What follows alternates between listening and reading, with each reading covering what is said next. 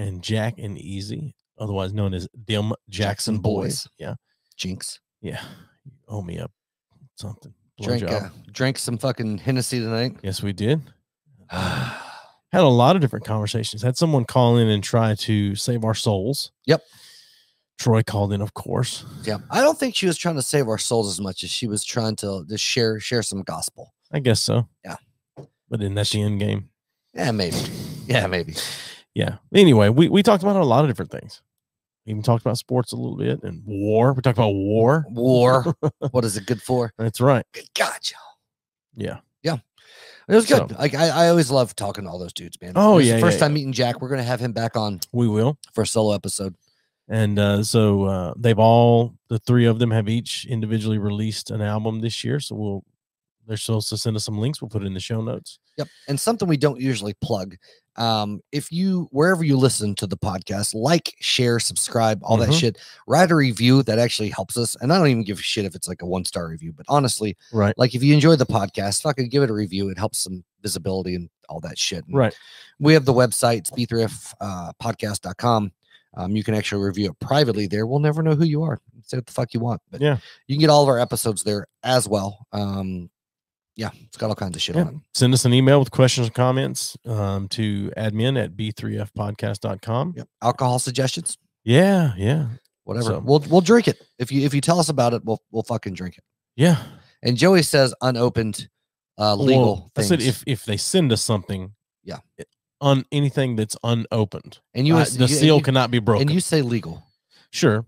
That's for legal reasons. Yeah, I get that. But yeah, the seal cannot be broken. Truth be told, I'll drink it even if it's been opened. I don't give a fuck. Well, it depends on what it is. Right. Fair.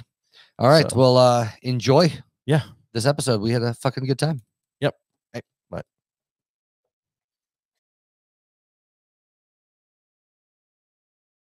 Tag team. Holy shit. It's been we only record twice this month, but yeah, I know. I wish we'd only recorded once. God damn it. Yeah. I had a weekend to myself. And I had to fucking come over here and hang out with your ass. Yeah, I know. Well, at least you rubbed one out first. Yeah, it's true. But go ahead and get ready to read whatever you're going to read on that bottle while I go through this.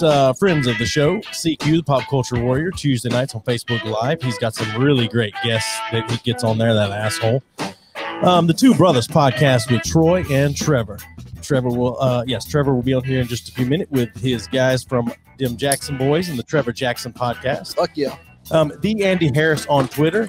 Our boy Andy's getting married.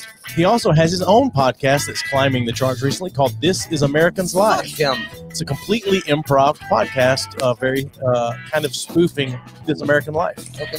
So anyway, we got t-shirts, we got stickers. Hit us up. Next week we have Melissa Ann Morgan Humphreys. She is the host of the Just the Tipsters podcast. It's for all the lady fans. Okay. True crime podcast. And so we're going to have her on. We're going to talk murders and shit. Yes, we are. So that will be next Saturday night at 8 p.m. Eastern. And now, without further ado, let's just jump right into it. We can bring in our guest, Trevor, and fellas? Easy. Easy is, there he is. He froze for a second there. We got these guys on with us tonight. They typically broadcast on Friday nights, and they talk sports and music and anything that comes up. How's it going, guys? Oh, man, we blessed, Joey, man. We just trying to jump up on the B3F podcast and have a dope discussion today. That's what we're doing. Well, this has been in the works for a while, and we finally got a night when all 5 of us could get on together. So, anyway. So we're drinking the Hennessy tonight. Yes. Cognac. Joey said to pick this up. What you guys got going down? What you got, Jay? Ooh. You know how I'm rocking light, man. You know how I'm rocking. Straight hand dog to the noggin, man. Yes, sir. Me tonight, I'm on the New Amsterdam. Mixed with a little bit of flavors. That's all. A little lime, little. And last time you were on here, you had like 3 sips to wine and we're shit faced. So I'm excited to see how it turns out. And Easy, you got your orange Gatorade. Oh no, Chick-fil-A. Fuck out lemonade over there. You got a lemonade. No, man, he's been inhaling his drink. Well, guys, cheers. Thanks for being on, guys. Yeah. Yes, sir. Cheers, fellas. Thanks for having us. Yes, sir. My guys, Joey and Steven, what's going on with y'all, man? Yeah, man. I don't know how it's not the worst thing we've ever drank, but I don't love it. I don't know how you drink that. It's not. I like it with the ice. I don't mind it. I think it probably is better with the ice, but whew. Hey, you gotta take it straight out the bottle, man. Fuck the ice. Okay, well, hit it out the bottle and tell me what it's talking about. All right. Okay. Let's Okay. Oh, There y'all go. There y'all go. Damn. Straight to the dome. Talking. All right. That's actually is maybe a little bit better. Yep. I'm trying to tell you, man. Can y'all hear me? This is my first time, man. Trying the Hennessy. Yeah, I think it's my first time as well. Word up, man. that's what's up. You know, to me, my perspective, I drink Hennessy in the wintertime, brown in the wintertime, white in the summertime. I don't know why I do that. It's a lot of people's flavor. How's your fiance feel about that? I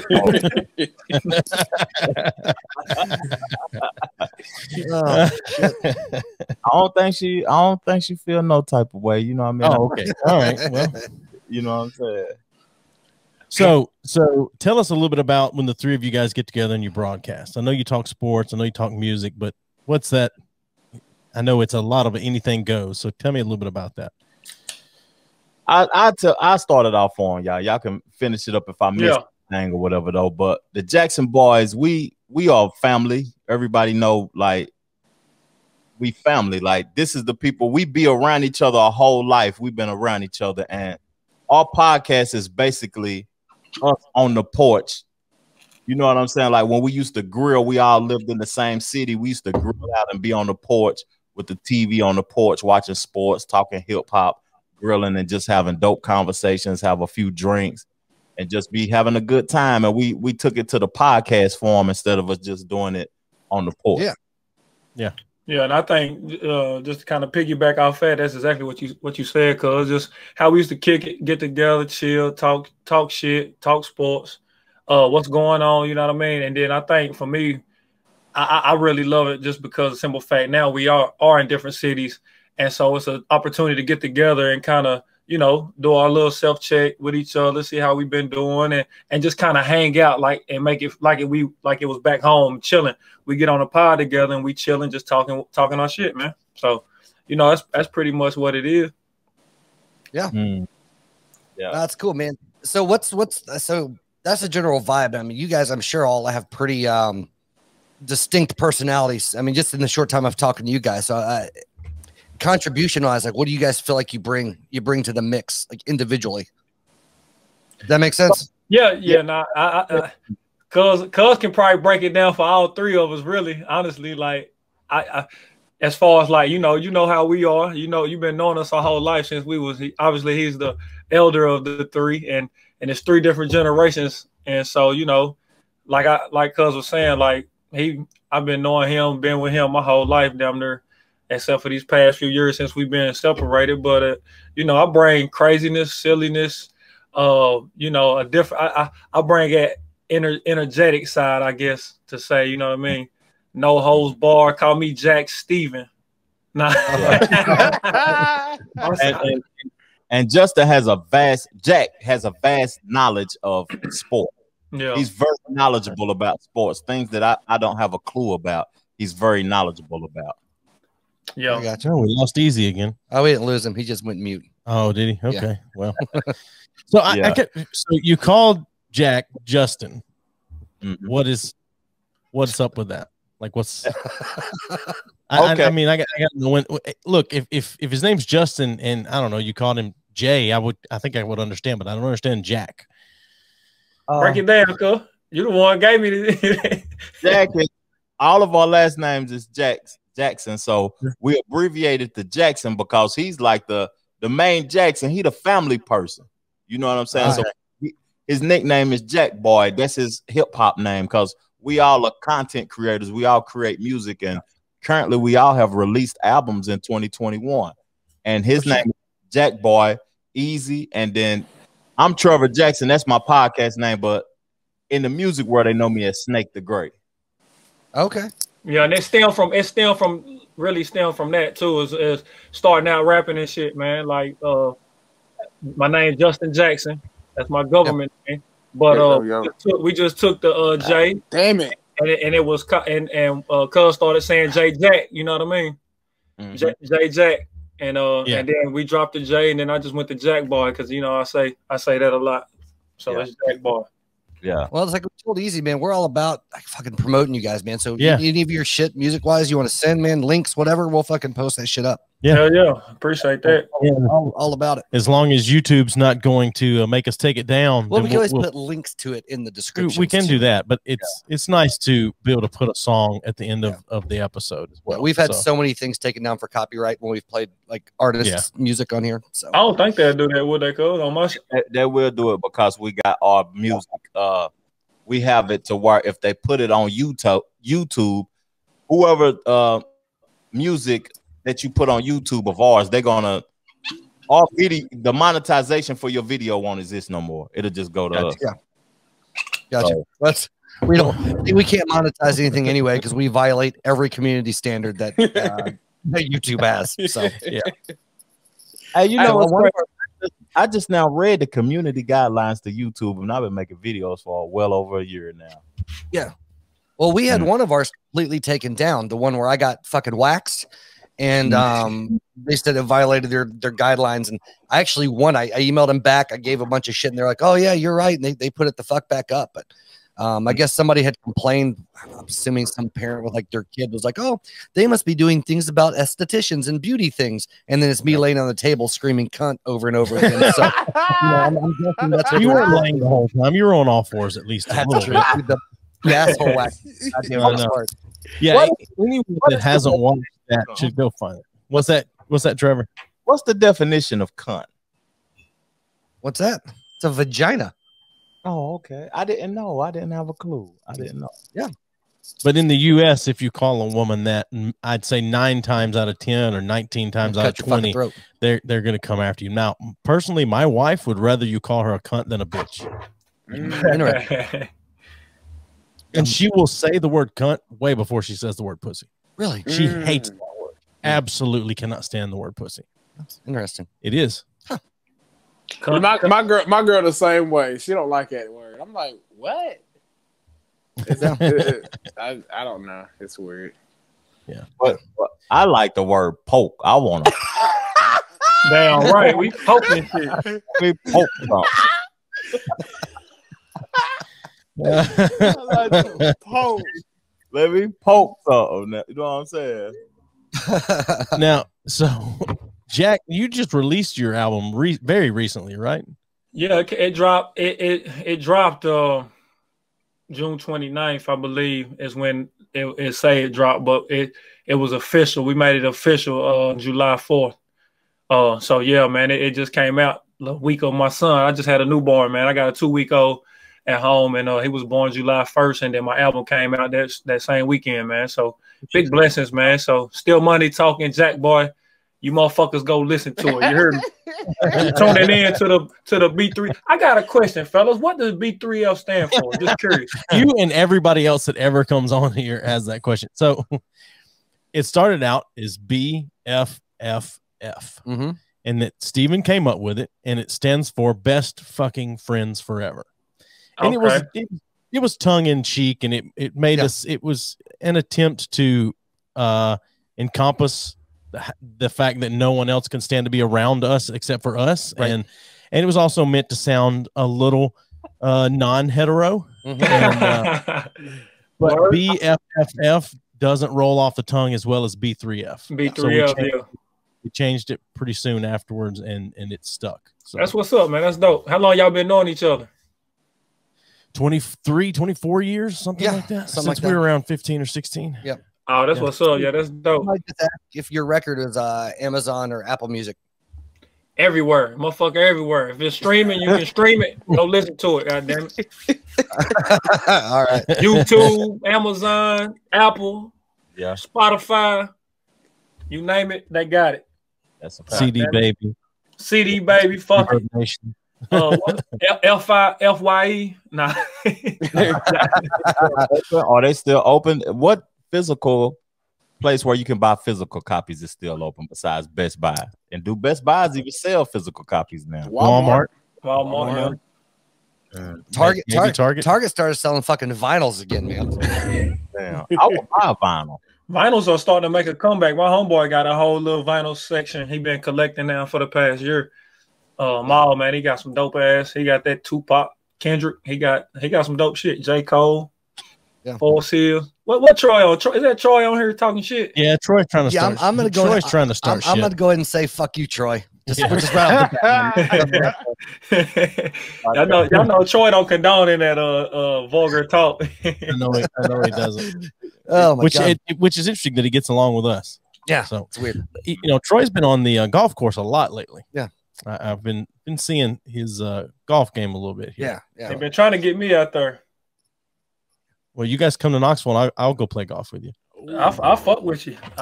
We'll let Steven drive the cart and light our cigars. Word, I'm with it. We'll be in Knoxville September the 11th at the Neyland Stadium doing a podcast. Where we going, Joey? Dead horse. You're doing it at Neyland Stadium? We're doing it at Neyland Stadium. How are you doing that? We them boys now. Like, how'd you pull that off? We them boys, them Jackson boys. We're gonna be near the stadium. I played football at UT. I got pulled, man. Oh, I didn't know you played at UT. I did not know that. What position did you play? Wide receiver. Yeah. Okay. Back in 2006, 2007. Okay. Look, yeah. 06, 07. Who? I'm trying to think. I never hit the field though, so don't go trying to look for highlights and shit. I got kicked out. I got kicked out after a year and a half. But if you yeah, if I was on my way there. I walked on and shit. I transferred from Merville College, and then I walked on, and I was the first person they picked up out of 50 motherfuckers who tried out. They said don't even come back tomorrow to look for your name like a motherfucker tried out for the basketball team or something. You go, oh, is my name on there? Yeah. They said don't even worry about coming. You on there.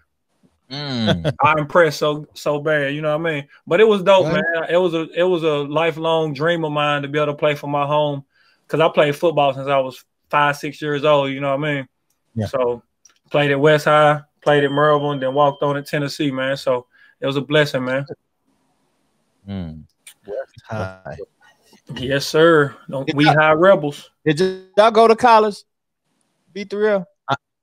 Yeah, but we didn't go. Well, Stephen went to college a lot.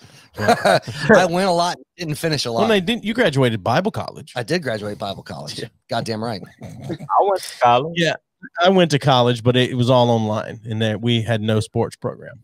Now I've started a lot and quit a lot. Like I think 3-4 different bachelors that I'm almost done Are you with. Still talking about college, or we moved on to marriages now? No, okay.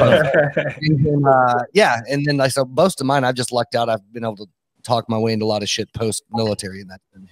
Yeah, Troy said y'all are broadcasting at Neyland because you're selling lineups and programs. Oh, hey, and if we are, we making some money, goddamn it. As long as we get paid, I don't care if it's nickels and dimes or 20s and 5s. As long as we get. So where are you gonna? Where at Neyland? Like what gate? What? We ain't got it scoped all the way out yet, but you know, okay, it's in the works.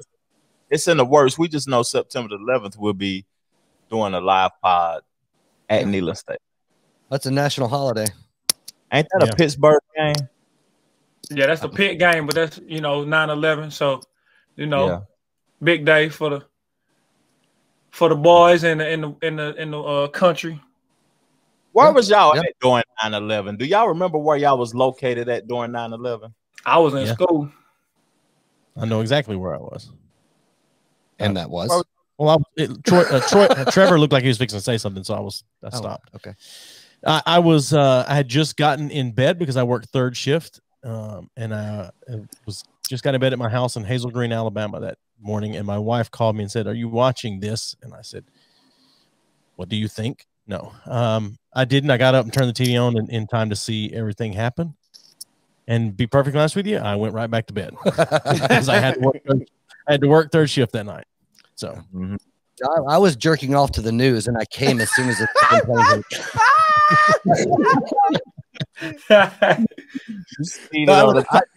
fire. I was in class in fucking Bible school. Oh, I guess you and everybody was weeping for the nation. Yeah. Were they? Yeah. Anybody prophesying that? I fucking know. Okay. Well, I feel like I was in school. Yeah. 6 years old. I was in kindergarten, and they had they told everybody to turn on the TV, and we all watched it. That was really it. I didn't understand what was going on, so yeah, I really didn't care. Was Tom McCoy for you, man? I wanted my apple juice. Yeah. Me, I was I had a car wash at the time on Sutherland Avenue. I owned a little car wash business, and didn't nobody come in and get their car washed that day. I was just sitting there watching TV. Huh. Dang. Nobody wanted their car washed. Was that my freshman year? 2000? Yeah, I would have been 2001. 2001. 2001. Yeah, we would have been. Yeah. Crazy. Yeah, but I'm not a heavily emotional / patriotic person, so right. It's, still know a lot of people get very emotional about the whole thing. I do not. The only time my patriotism comes out is during women's FIFA, and that's crazy. You say that, Steve, because you was a military man for a amount of time, and you to say you're not patriotic, you must have seen something there. You know what I'm saying? That you disagree with, my brother. Dude, I disagree with everything, A. But B, I'm just kind of a heartless motherfucker that doesn't have any emotional attachment to most things. So, I mean, I look at it, and I think I might have mentioned this when I talked to you guys. Like, I mean, anybody that goes in now, and that's not to say that sacrifices are never made. So I don't want to discount everyone that goes in. But as a whole, nowadays, you're going in as a fucking job. It's a career choice. And so, again, not saying that these young kids aren't joining for whatever idealistic reason, and they're in their own right serving their country or doing whatever the hell they're trying to do. But when you really boil it down to, most of the kids are going in for college benefits, for a career, for whatever the case may be. Not many of them are going in because they think it's going to make America a better place. Does that make sense? And I'm broad strokes, but kind of how I view it. That was some real shit, because I heard you say that, I think, on the Two Brothers podcast. You was like, it's a choice you making. So, like, I think you said something about you don't like it when people say we appreciate your something you said. For your service. Yeah, thank you for your service. You was like, yeah. I was like, shit. And that's just, like I said, that's more of a personal thing. And there's some people that it's a genuine thing from them. And I appreciate that, because I get where they're coming from. But most of the time, especially in the South, it's just an obligatory. Oh, you're in the military. Thank you for your service. And I'm like, unless it's getting me out of a fucking speeding ticket, I don't give a shit. Right. Well, but I know a lot of people that would very much disagree with me on that. But sure. Well, I mean, just like you said, people in the South feel it's an obligatory thing. They feel like anyone in uniform, probably even the fucking mailmen, thank you for your service. If you're in a uniform, they feel for the most part, they feel like they should say that. Which, and I get that people are multi-layered and complex, and they have different reasons. But it's the same way I look at like police officers or first responders, doctors, especially fucking doctors. Jesus Christ! But I mean, there's an element of public service, but if they weren't getting a paycheck for it, would they be as likely to do it? Some of them, yes. Most, no. Mm-mm.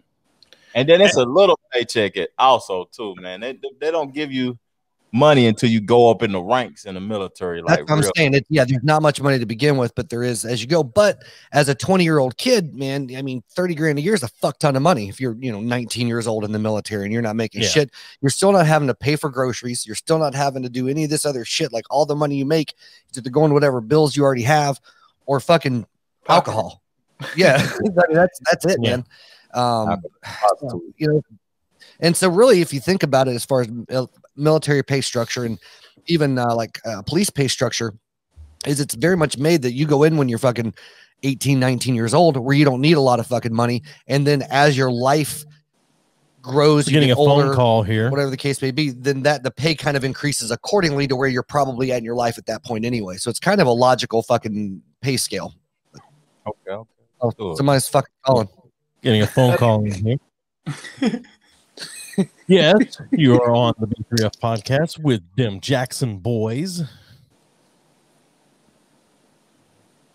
Hello. Probably Troy. Yeah.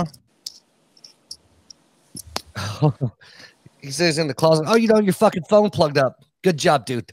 I forgot to connect. Hold on, nobody can hear you yet, Troy. All right, Troy. What?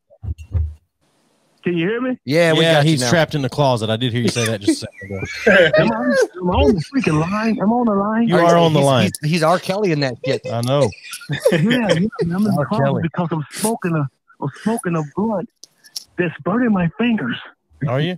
And I want to pass it. I want to pass it to Easy, but I don't think I'm gonna have enough left. Mr. Kelly, you had any teenagers up there with you? And I also want to ask that dude Jack. Tell him the balls suck badly. Why you say tell him? Are you on the line? You tell me. Shit. He can hear me. Oh my god! Hell yeah, I can hear you. You live and direct. What's happening, man?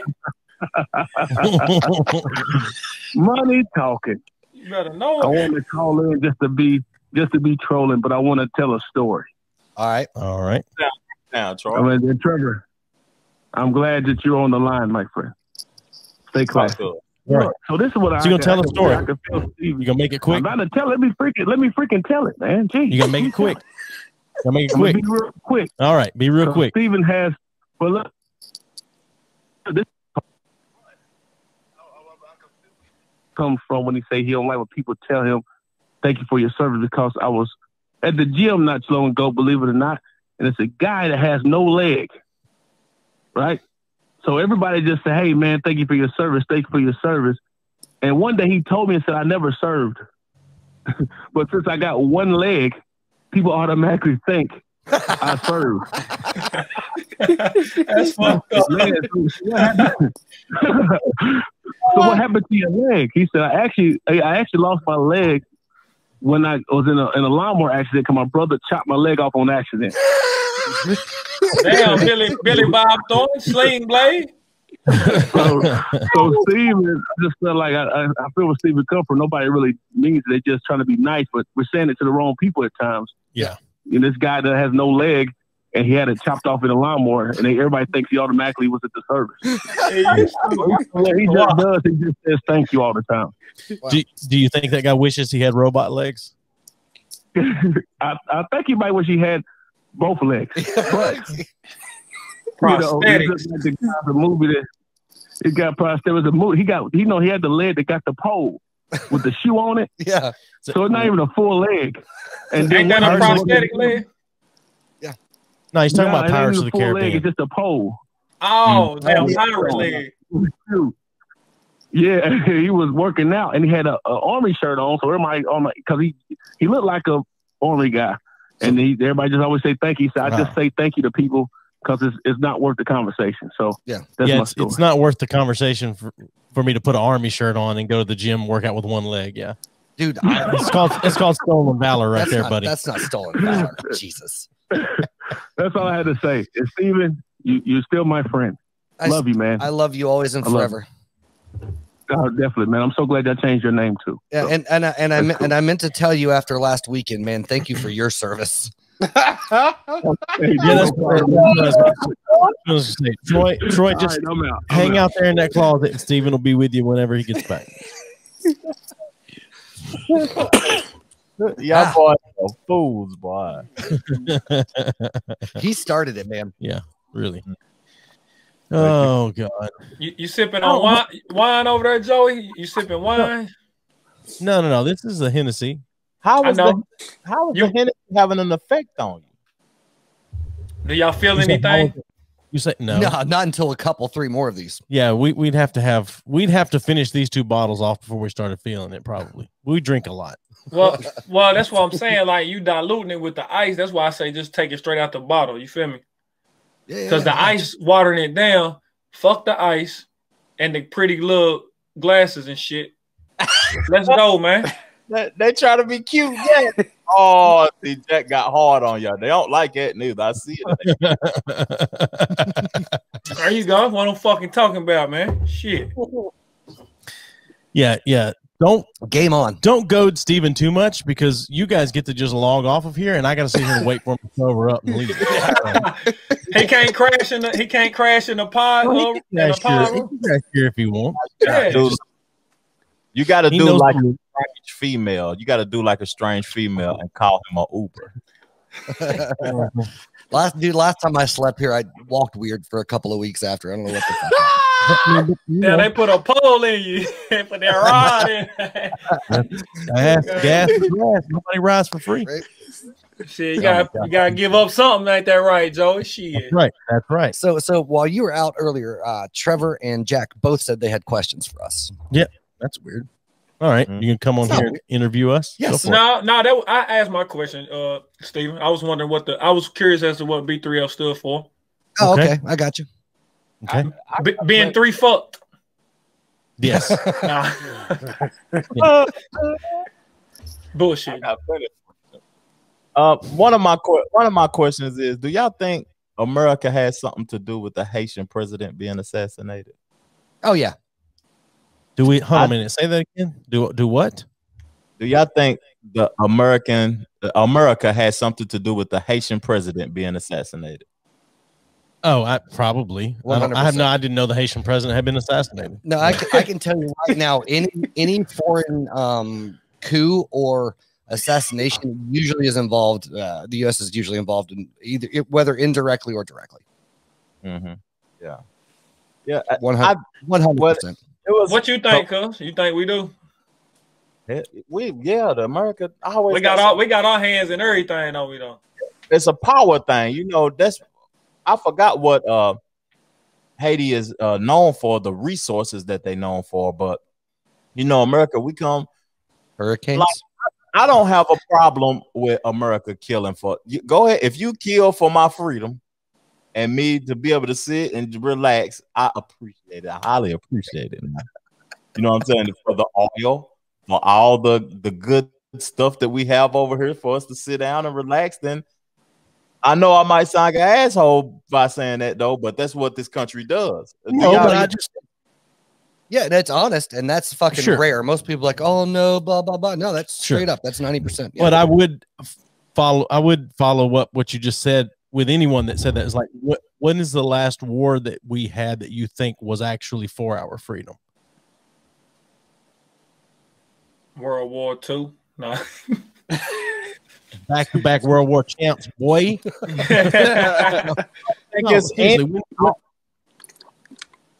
I don't know if it's of any for our freedom.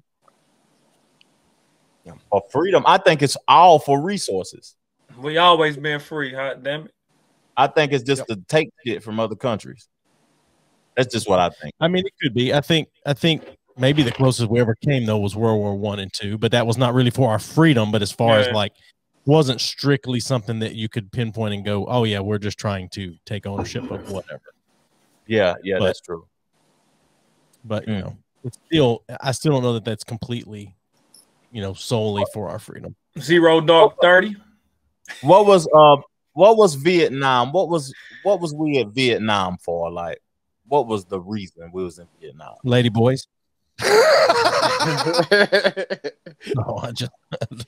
Honestly, I haven't done enough historical research into the Vietnam War. I mean, I think it was probably some type of political alliances. Oh, I'm sure. Tape and dick sucking behind the scenes. You scratch my back. Yeah. The Vietnam War, didn't that start because of what war started because of the Hawaii situation? Oh shit. That might have been Vietnam. Was it no, Pearl Harbor? You talking about Pearl Harbor? No, that was World War II. Yeah, Pearl Harbor too. World War II, yeah. That we allowed happen. Yeah. You mean the attack that we knew was coming, but we were just like, psych. So yeah, and then we went to Oak Ridge and made them things and shipped them things out from Tennessee, didn't it? Yeah, man. And then we captured the smartest Nazi there was and brought him to Huntsville, Alabama, and built rockets. Yep. So, resources.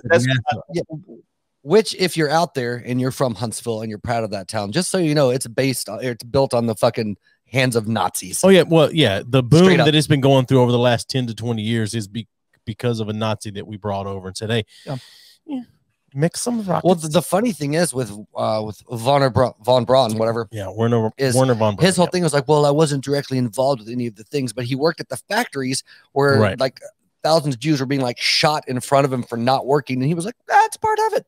Yeah. But he didn't do it, and so No, but it's also again, if he had protested against it, like took a knee during their national anthem and all that kind of stuff, would he have been killed by Hitler? Doesn't matter.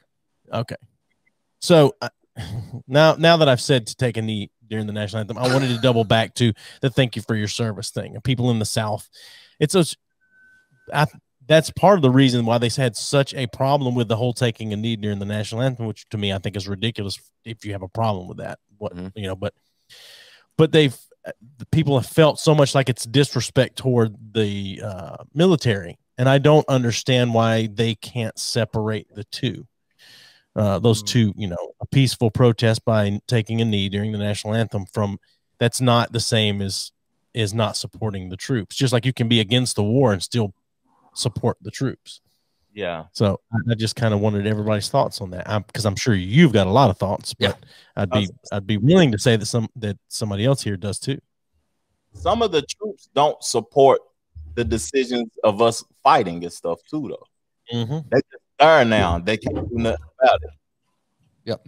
Am I right in that thought process? Yeah, I think so. Yeah. Yeah. And what y'all got to say about that though? About people taking a knee and stuff. Who, me? Yeah. Talk to him. Talk to us, Jay. What I think about people taking a knee? Yeah. What Troy just said. And my bad, I was kind of lost on that. Y'all's kind of put me to sleep with that shit, man. Like I ain't gonna count, bro. I don't even be thinking about no damn political shit, bro. I swear to God, I don't. That was political though. That was all politics. Social. Yeah. I heard you. I was still lost though. We was talking about World War this and that and Pearl Harbor and shit. I was fucked up. I was finna intervene and say, ask Joey and Steven, because y'all said y'all drink a lot. Do y'all drink every day? No, I used to. No, I guess the way I should have worded that is when we drink a lot. Yeah. Okay. That makes sense.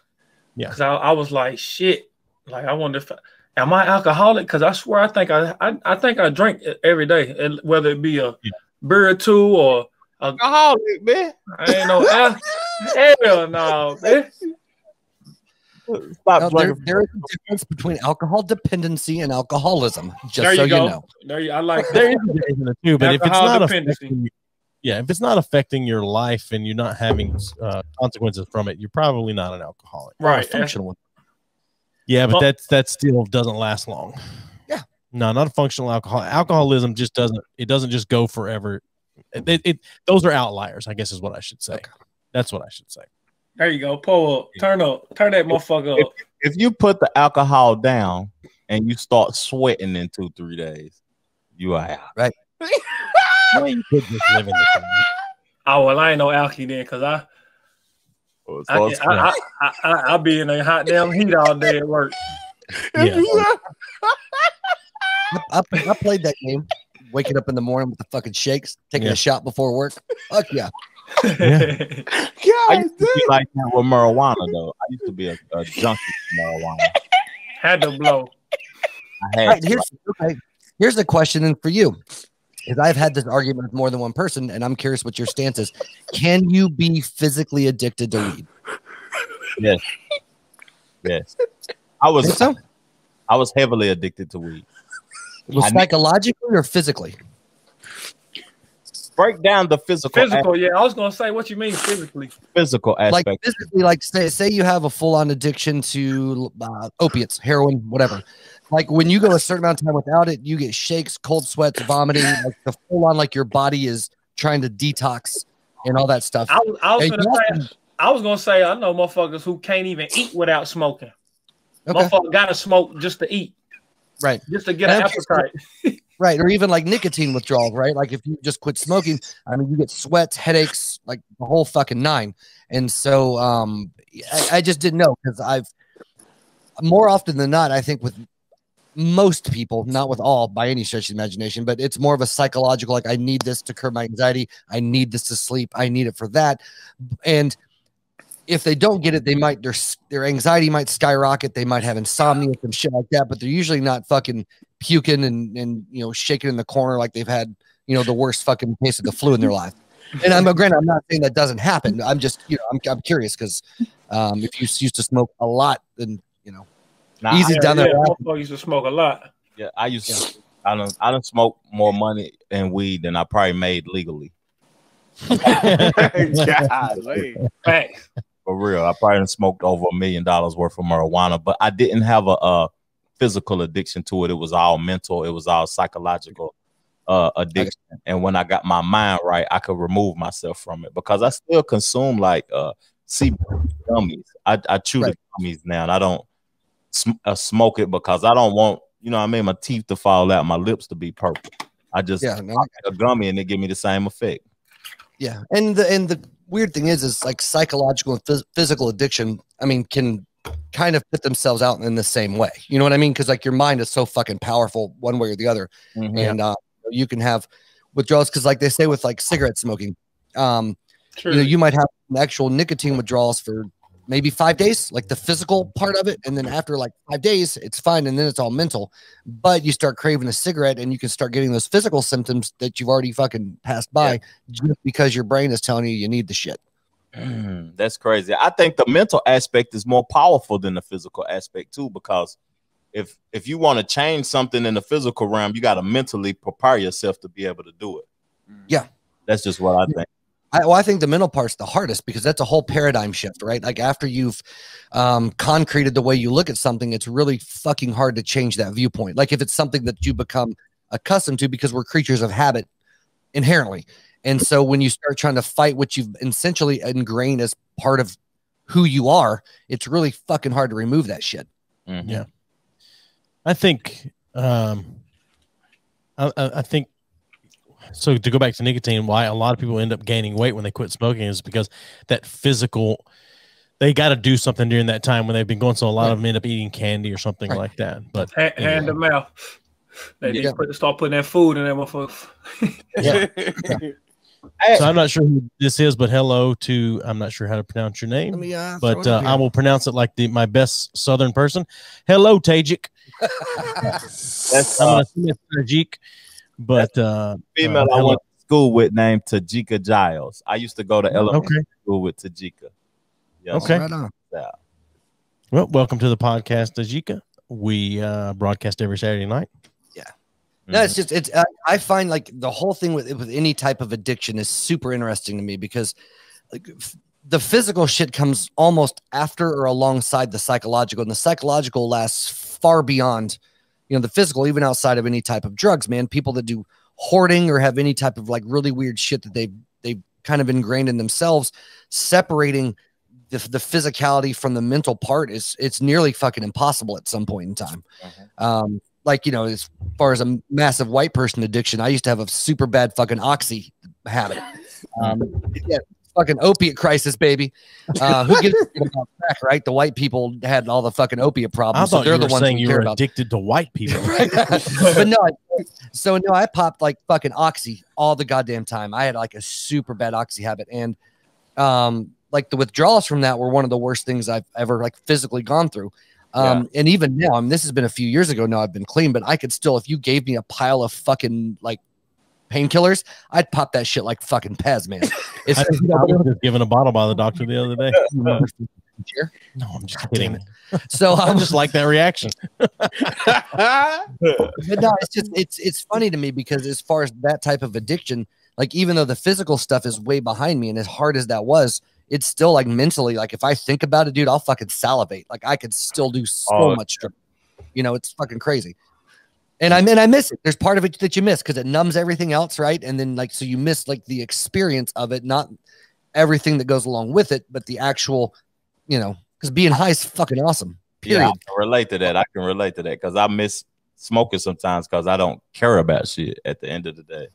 Exactly. Yeah. Yeah, I had Oxy one time. My grandmother gave me an OxyContin for a toothache. And I took it, and as soon as I came off of it, I told my wife, I said, "That's the best thing I've ever had. You can never let a doctor prescribe me that. Like, you can never let anyone prescribe me that. It's too good. It's the best thing ever." But I'm also speaking to someone that's never done any illegal drugs. Like, that's the most illegal thing I've ever done is as a pill that wasn't prescribed to me. But I also always just took it for pain. I've never taken anything pill-wise to get high. I've never smoked weed. I think we had some salvia before, but that was legal. So, I mean, that's it. So, I mean. Have y'all took a Percocet before? Yes. Fuck yeah. Oxycontin is like Percocet's handsome brother. Yeah. Now my back was hurting at work. My back was hurting, right? My lower back, and they gave me some Percocets. I couldn't feel nothing. I said, "Oh, I see how they get addicted to these shit." Yeah. I couldn't feel anything. So you can still function, but you just don't feel shit. Yeah, more or less, depending on who you are, but yeah, for the most part, and how much. Yeah. What is a Molly? Molly, that's fucking ecstasy, pure ecstasy. Okay, because you know that song that Young Thug got. Yeah, Young Thug got with what's white boy name? I don't know, but it's the song that Rick Sanchez was singing with the Dragon, Molly Percocet. Molly Percocet. Future, that Molly Percocet. Yeah. Oh, that's where Future got that from. But I'm talking about Molly, Oxy. Damn, it's a. I think Molly have something to do with your hormones or whatever. That's what I. Yeah, well, Molly or ecstasy is essentially it puts all of your nerve endings on fucking overload. So basically, like somebody giving you a back massage is essentially the same as getting a fucking hand job. Like this shit, it makes everything that touches you feel amazing. Yeah, I know. And the irony of that is it makes your dick straight up not work, but everything feels amazing, so it doesn't fucking matter. Oh man, that's crazy. I never experienced Molly or whatever, but I took a Percocet before and I could see how the addictive properties have because I couldn't feel nothing. I was at work. My back was hurting 5 minutes ago, and now I don't feel nothing, and I'm functioning like I didn't feel anything. I felt 12 years old. That's crazy. Yeah. So you was probably still hurting, but it just numbed it on. That's what I was gonna say. For me, all of those except Oxy, they don't take the pain away. They just make me not care about the pain anymore. Take your mind off of it. Everything. The Lord tabs, the Percocets, the morphine, any of it, none of it takes the pain away. It just makes me not care about it. But Oxycontin, that shit makes you feel like you're floating on a cloud.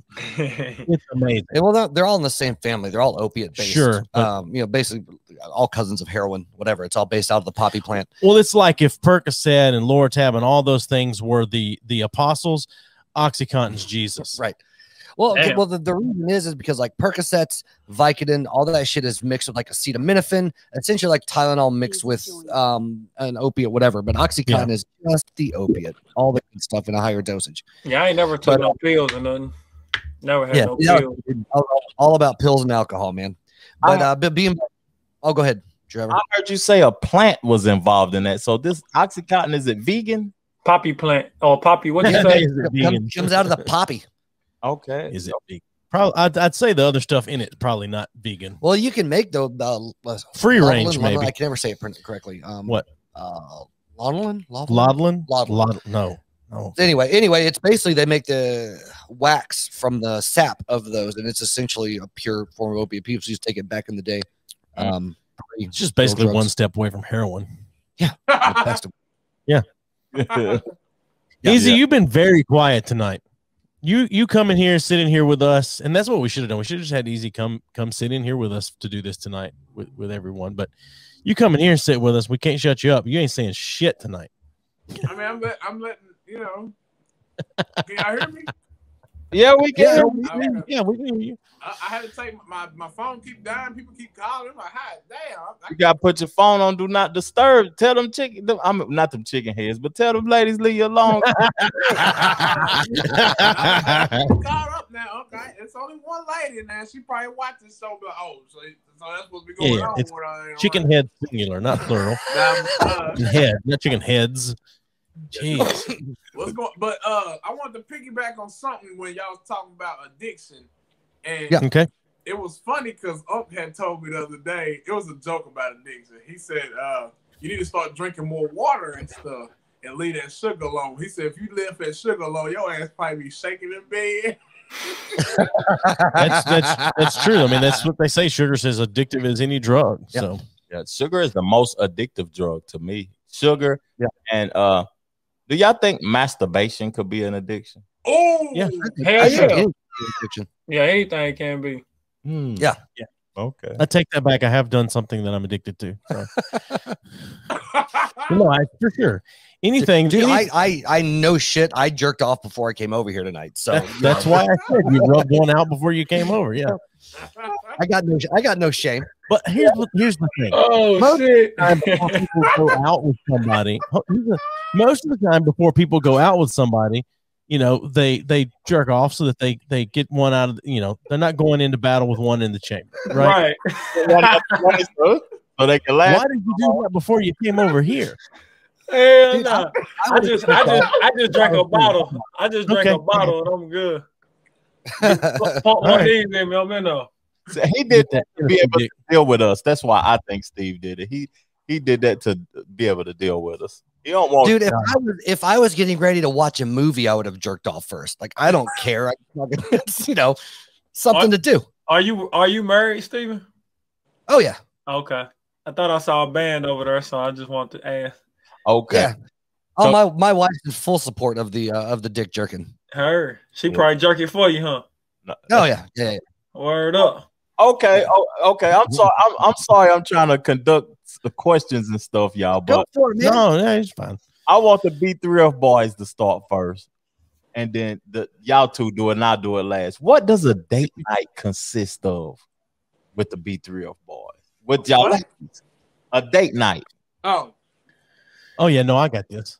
Agreeing on what's happening during for DoorDash, and then agreeing what we're going to watch on TV together. You guys don't have date nights ever? Not lately. No, we did, but it's you know, it's difficult to get out right now. Okay, for us. But yeah, I mean but we've been married for so long, like it's not that often right now that it's just the two of us anyway. So that's it. I mean, but we haven't. Which is crazy to me because all your kids are grown, which makes you think you would have more time. Just the two you would think that, but eventually we will. Yeah, sure. This week we've had way more time alone than for the last several years. But yeah, all right, that's it. Most of the time, date night is just going out to a restaurant if we, you know, leave the house. Okay, my wife is not a go out to a bar person. Okay, what does Steve date night consist of? Dude, it depends. Jerking his own dick. Jerking my own dick, right? Trying to play like fucking cup and ball. But so, no, usually, like, you know, it depends. Like, if we feel like going out, we'll go out. I mean, usually we try to plan something, do a little nicer thing. My wife likes to dress up. I'm like, because I wear 99% of the time I'm in jeans and a t-shirt, so we'll dress up and go somewhere nice. I'll take her to a restaurant we haven't been to, you know, some shit like that. And then sometimes she just likes to walk around, and like we'll go downtown Knoxville, walk around, chill, maybe grab a drink. You know, it's weird when you're grown because you live together all the fucking time anyway. So it's more of just getting away from the kids, getting out of the house, you know, and spending time together. Every now and then I'll grab us a hotel like downtown or somewhere where we don't have to go home. She doesn't have to deal with any of the shit, see any mess, see any of that. You know, we just have just us time, and, you know, and then hopefully fucking ride that train to Pound Town at the end of the night. You know, that's the typical plan. That's the plan right there, Pound Town.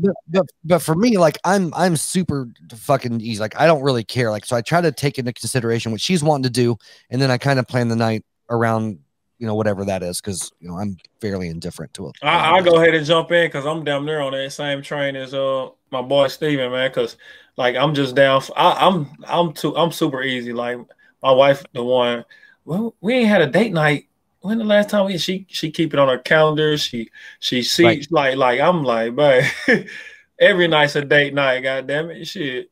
But it's not what she want. You know what I mean? Like, so a date night is getting dressed up. You know, going somewhere different. Something we ain't done because we live in Nashville. So, you know, like hitting something up we ain't been to.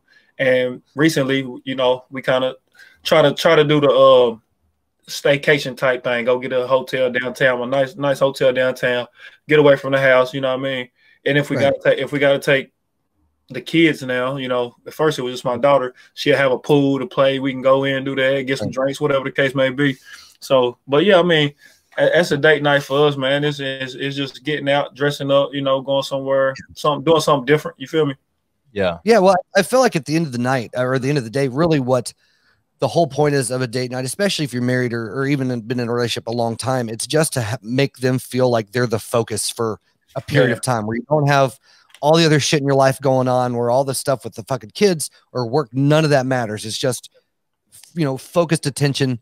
Yeah. You know, just for them. I think that's like, dudes, most of the time we don't really give a shit what we're doing. Like we just kind of want to fucking get laid at the end of the night. But you know, but we also care about whoever we're with, and so we're wanting to make them happy, and so we're willing to put that, you know, that focus in. And I think if you value the person you're with, you're willing to do that at least, you know, once a year or some shit like that. I don't know. Once a year. That's what's up. That's what's up. Go ahead, walk now. Come on now. You the youngest in charge. Tell us what it is. Like, let me throw some pimping in there. Okay, so me and my woman, we just gets a handful of chicken feed. Before that, I can tell you what my date night was when I was a single dude. That's a whole goddamn different ball game. But anyway, continue, sir. Hey, okay, so me and my woman just talked about this today. About we ain't been on a date in a while, so our plans is tomorrow night is to go watch the GOAT Space Jam. Y'all better go watch it. You know what I'm talking about? Space Jam. Oh, that's for children. That's for babies, boy. Talking about going watch Space Jam. Last night. 1996. That's a date tomorrow night. I'm gonna watch Black Widow or some shit, some hype. Damn Halloween or some shit. But you can't just go to the movies. What's next? E, come on now. We go. Normally I take her out to eat, then we go to the movie. So we'll see. I won't say too much because she's probably watching. So you know, I just. Damn, Philo said it was lame. Who said that? Abby? It's for children. God. It's for the babies, man. You're supposed to take LeBron trying to teach his kid something, and in return, his kid teaches him something, and then he gets put in the fucking Looney Tuneville and fucking plays basketball like MJ did, his fucking idol. Come on, Walk. This shit is fucking. Come on, man. Dude, I'm gonna have to watch it because it's fucking my daughter, but damn. Dude, if it gets a hand on your dick, you do what you fucking got to do, man. I fully support what you got going on. Yeah. Well, go ahead. Go ahead. Well, that's how you ended the night. This is just a movie. You go to the movie, then give her a kiss on the cheek and go home. No, we shoot. You know, or butter on her back. It's back or massager. You know, you gonna go to the crib, light you a couple candles up. You feel me? Yeah. You know, wash your hands real good. Put some lotion on. Communication. Cut your hole in the bottom of the popcorn, bucket. You know what I'm saying? So I mean, but yeah, just a little here and there. Okay, that's what's up. Hey, if I had to guess, Easy gets back to his house or whatever, and there's a whole lot of hand rubbing and licking his lips, going, you know, that's Bob right there. He gonna be on there like it. You want an oatmeal pie, baby? You want a zebra cake? I got a zebra cake in here for you, baby. A date consists of a whole day, basically. A whole day?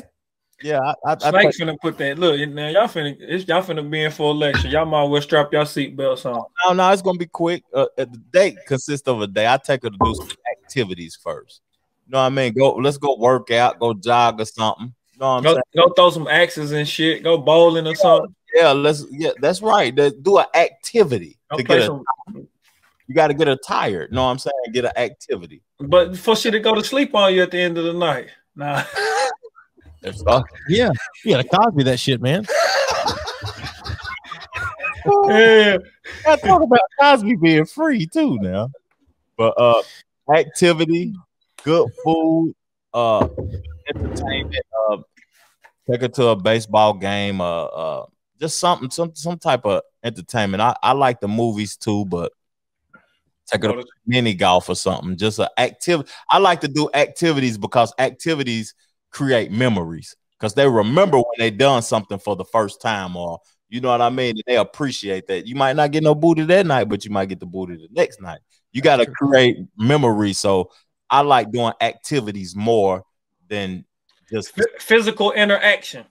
Yeah. No, again, what I'm saying, because if you're just sitting and watching a movie, like there's not as much talk or casual conversation and shit that you like turn into. stuff. Yeah. Mm-hmm. There's not the face to face. Yeah. My wife considers sitting together and watching the same thing on TV, spending time together. Yeah. I mean, and literally it is spending time together. I consider that too. My wife look at that as no, that's not she want to talk about love languages and this, like, you know what I mean? Like sip and paint. Take her to a sip and paint. See what we did, we went to the vineyard. Had a picnic, got a couple bottles of wine, brought some food, got us a spot, you know what I mean? That was a good little date. That was a good date trip we did, you know what I mean? That was dope though. Easy had to go get a notebook so he can write some stuff down. I'm telling you, I'm on board with Trevor here. Like, that shit gets expensive as fuck if you do it regularly. Oh, for sure. But like, I'm the same way. Like, this is a few months ago, but I took my wife to a fucking alpaca farm because she fucking loves alpacas and llamas and shit. So we spent half the day petting fucking alpacas and getting spit on shit. It's one of her favorite dates we've ever been on because it's knowing the person you're with and it's fucking taking them to do some of the shit they love to do. And, you know, it doesn't have to be all the time, but it's that shit that's meaningful. That, you know, you just have nights at home and watching TV where you don't have to do shit. You know, you put in the time where it counts. Yeah, I booked a sip and paint with my wife before for her birthday, and she fucking like, oh my god, this is amazing. I brought a bottle of wine. We made some portraits, painted and shit. Talked, got drunk. It was cool. Something simple, but you know what I mean. Something that she was like, oh, this is awesome. You know what I mean. The little shit that's meaningful means a whole lot more usually than the grand gestures just out of fucking nowhere. Yeah. And most of the time, activity on a date is free. It's completely free. Like, we go throw frisbee golfs or something. I might make her some drinks or something, a margarita, and she have a drink and we go throw frisbee golf. That's completely free. We go ride bikes. That's completely free. We go walk in the park. Like Jack was saying, you do the picnic. That's completely free. I'm making the snacks at the crib. You know what we did. The free things is what they're gonna remember more than you just spending money on them and buying them a purse. Put some effort into it. They want to see a little bit of effort. You know what I mean? Effort, and that's the end of the day. That's what the fuck it's talking about. Is the fucking effort. Yeah. Okay. I like it. So let's see here. Tajik said, "Me and mine say our daily prayers together, and then go out and have fun." And Ebony said, I like live entertainment. Where did it go? Baseball, baseball, basketball, hockey, football. Yep. Yeah. And then devotion is before anything. Tajik Giles said devotion is before anything. Now I wonder, when she says devotion, is that like devotion to the person you're with? I don't think so. I think so. I don't think that's what she means. Okay. I think she means like a couple's devotional. Tell her call in then. Tell her call in and let us know what she mean by that. Well, speaking of which, that actually just made me think of, I told you about, I was saying about my mom. Yeah. And so, you know, I used to be heavily involved in church and a lot of other stuff. And that was like a fucking lifetime ago. My mom over the last 2 weeks has sending me Bible verses every day. Like in a text message? Yeah. Every morning Gotcha. I'm praying for you, blah, blah, blah. Like very cookie cutter text, which doesn't bother me. I think it's funny. It's just started out of nowhere. Because I know my mom loves me and cares about me. And that's where it comes from. But sure. I don't know if she finally listened to an episode of the podcast or what the fuck happened. But are y'all religious individuals? Somebody calling in. Depends on what you consider religious. Worshiping God. See, worshiping God. Okay, you're right. I think she's fixing to call. Okay, we're gonna find out. But you know, I used to be very much so, and I'm not at all anymore. Not even an ounce. I did too. I don't have a grandma in it. Yeah, I mean, we've talked about it. I mean, I was a fucking full-time pastor for a minute back in the day. But how old are y'all, if y'all mind me asking? 40. Yeah, 40. Fuck you, Easy, you piece of shit. Yeah, so I mean, like I'm not what you would call religious, and I hate religion. Actually, I hate religion. I love, but I still believe. Like I still have some belief, but it's not. I don't believe the shit I was taught growing up. I believe what I've experienced for myself.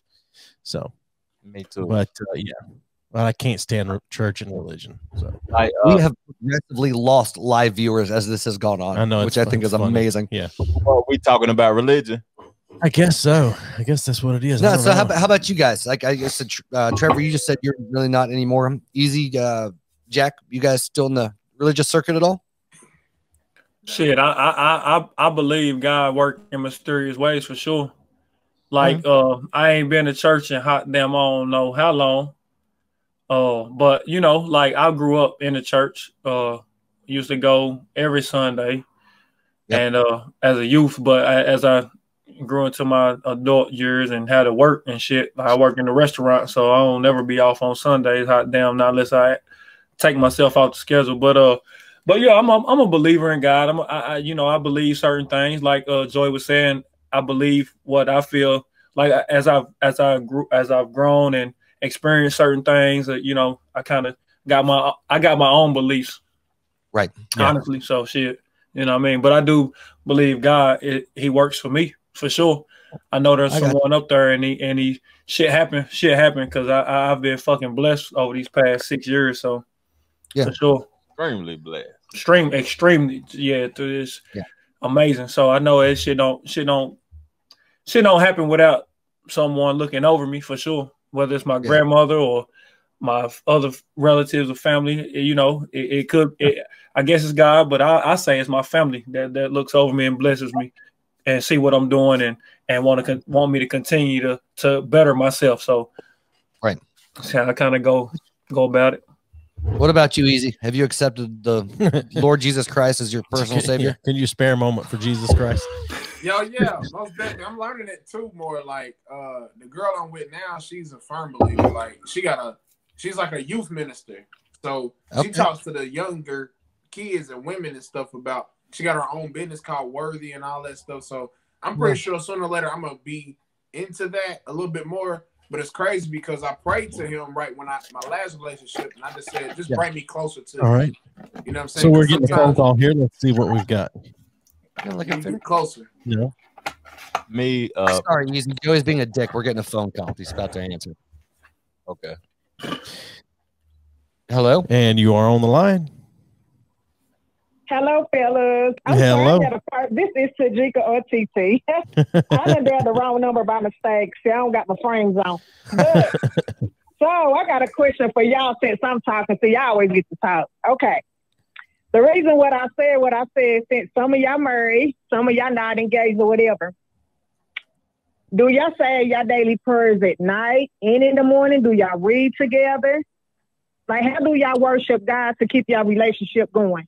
Because he's first, so how do y'all do that? Exactly. And I know that, ma'am. God damn. I said, I want God. The fuck? Exactly. That motherfucker jumped straight the fuck. He turned so fast. He hit the young ski. I feel like God should be first in your relationship. You should have God in your relationship. If you don't got God, ain't nothing. I put God first, family second, and money third.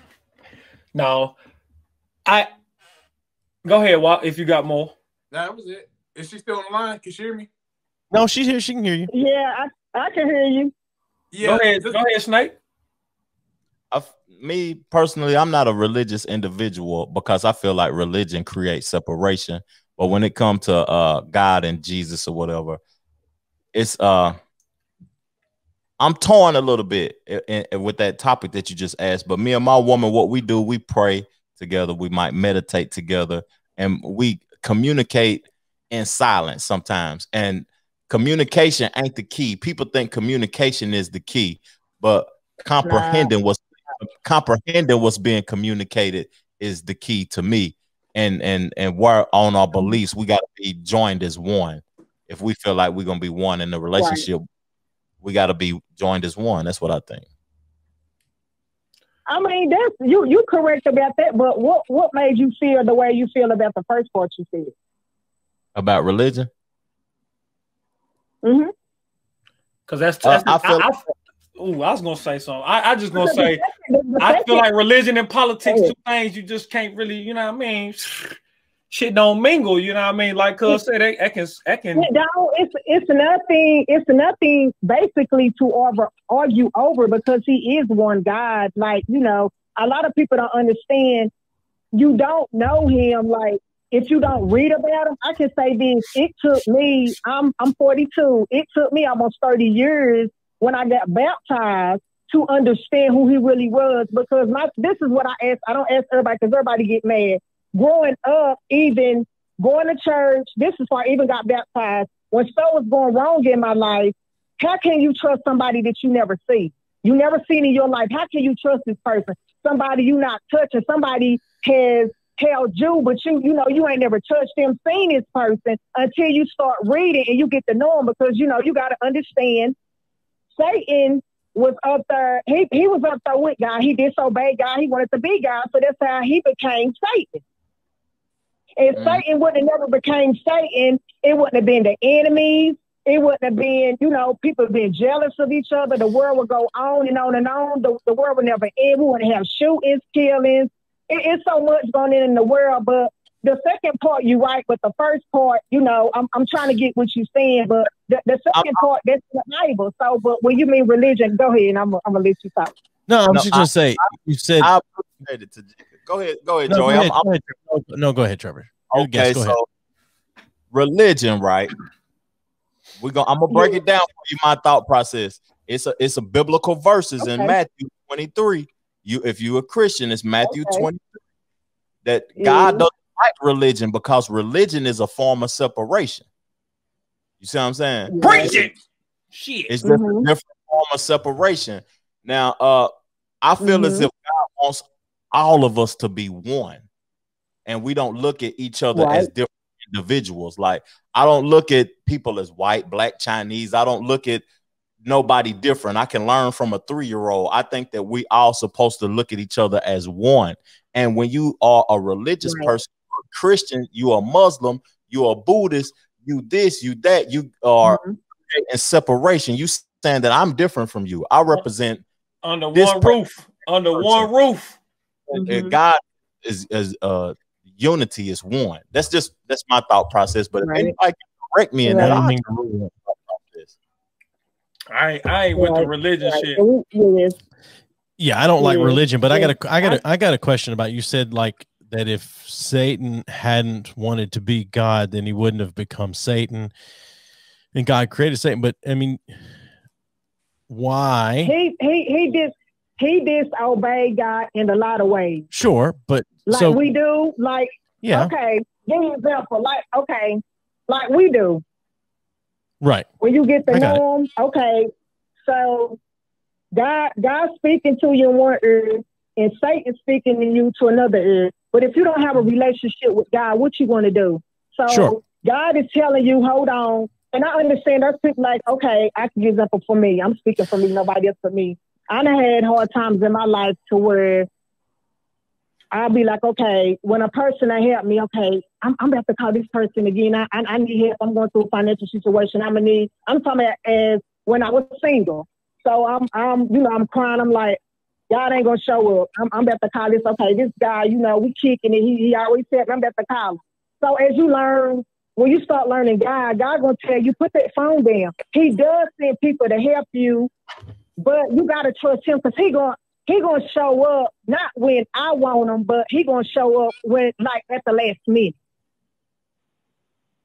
It's been times when I know walk the floors, not understanding, when you gonna show up, or it's something wrong in my family. I'm not understanding, what's going on.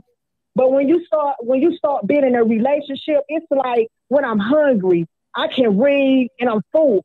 If you know what that means. I'm not talking about making a sandwich, making a hamburger, fried chicken. I know what you're talking about. I'm talking about the bread of life. Yeah, I'm talking about being full off of God. And it's like sometimes, like, if I put messages on my page and I talk about I'm getting ready one day, but I got another home. The first thing a lot of people think, oh, TT, yeah, I'm just saying, congratulations, TT getting a house built. That's not what I'm talking about. No, I know that. Right now, yeah. But I got a question. So if you're saying if Satan hadn't have tried to become God, right? And I believe what you said was there would be no more. We wouldn't be in this world the way we are, with any shooting or killing or anything like that, right? And God knows everything, right? He does. So why did he create Satan? Everything. If Satan was going to turn against him, why did he create Satan? Yeah. That's why everything is going. That's why everything is happening today. And if it didn't, we would never die. We would just keep living and doing what we want to. But we have to be reborn again. We have to do that. No, I understand that, but we die daily though. We die daily. Yeah. What I'm saying is, if God knows everything, and we wouldn't be in this situation if Satan hadn't done what he did, and God knows everything, why did God create Satan, knowing that Satan was going to do that? Food for your thought. And there, basically what I'm saying, I understand what you're saying too. I understand, but what I'm saying is, if he never did do that, what I'm basically saying is, the world would keep going on and on. What I'm saying is, we would do what we want to do. That means people would never get locked up, right? Sure, I understand what you're saying. I really do. But the point I'm trying to make is that therein lies my problem with religion. I believe in God. I agree with at least 50% of what you're saying to an extent, but I believe in God. But therein lies my problem with religion. But I appreciate you calling in, though. Honestly, we need. I tell you what, it wouldn't be. I'm not about to argue about. No, I'm fine. Just speaking for me, because I'm not a perfect Christian, and it's not about who knows the Bible more, who knows this more. It's just that we like all of us having a normal conversation, correct? Big facts. Yeah, sort of normal, right? Yeah, and I understand it's not, because everybody has their beliefs about the Bible. Because I have friends that are Muslims.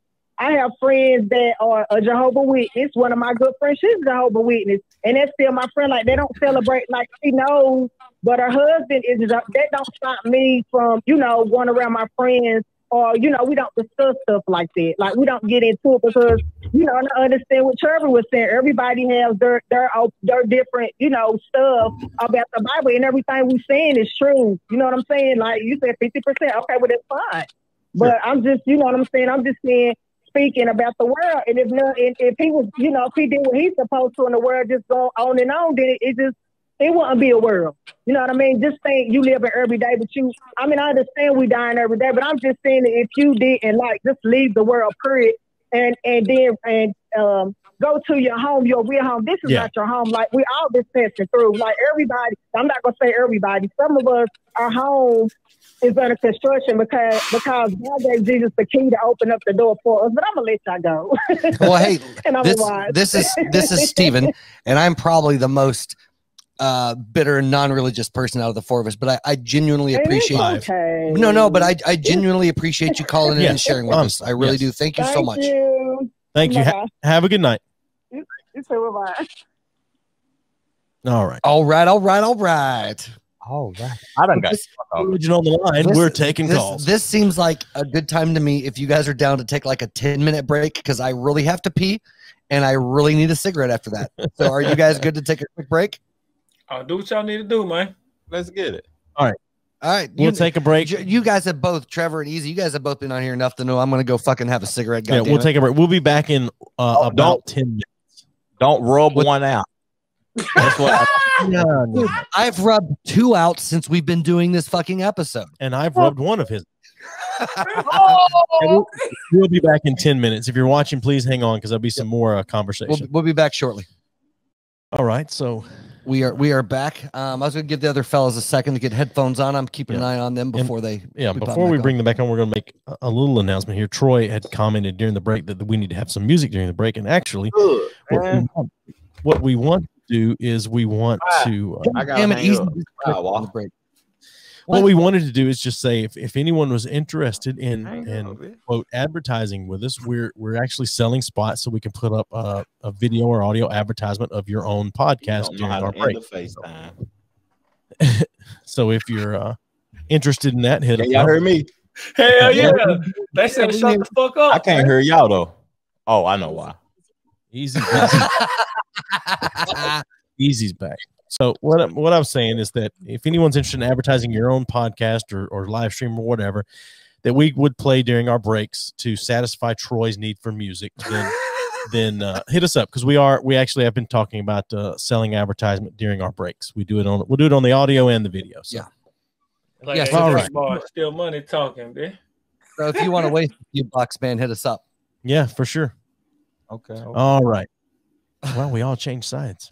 Yeah. We all didn't. I think we changed with I Jack. can move some shit around. It's fine. It's fine. All right. Now that we've talked about religion, I kept my mouth shut. Do you have a personal relationship with our Lord and Savior? No. So I'm going to go back now to something Easy said. He said he and his girl were going to go see the new Space Jam. Yep. And he also said with the GOAT. Is that GOAT or GOTE? Greatest of all time. Nah. No. Okay. Hold on a minute. Is there anyone else here that agrees that LeBron is the greatest of all time? Who y'all think Put your hands the greatest of all time? Michael Jordan or LeBron James? Now let's see something established. Michael Jordan. Is the greatest all time a singular word or is it plural? There can be greatest of all time, but greatest is one. Yeah, that's singular. Yeah. A great, the GOAT. The GOAT. There are greats. LeBron is one of the greats, but he is a great. He's not better than Jordan, bro. Hang that shit up. That shit'll never win. And Easy, you're too young to remember when people used to drive in, and you better be prepared when you drive in because somebody was going to chop your ass down, and no one was going to get a call. Like the ref was not going to call that if you drove in.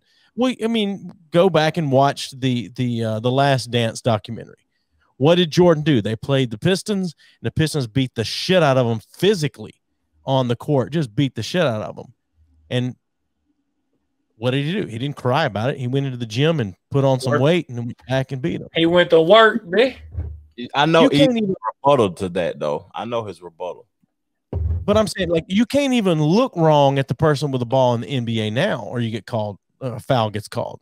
Touch fouls. The rules are meant to help LeBron James now. Mm-hmm. Who's 6'8", 250. Jordan was 6'6", probably 215.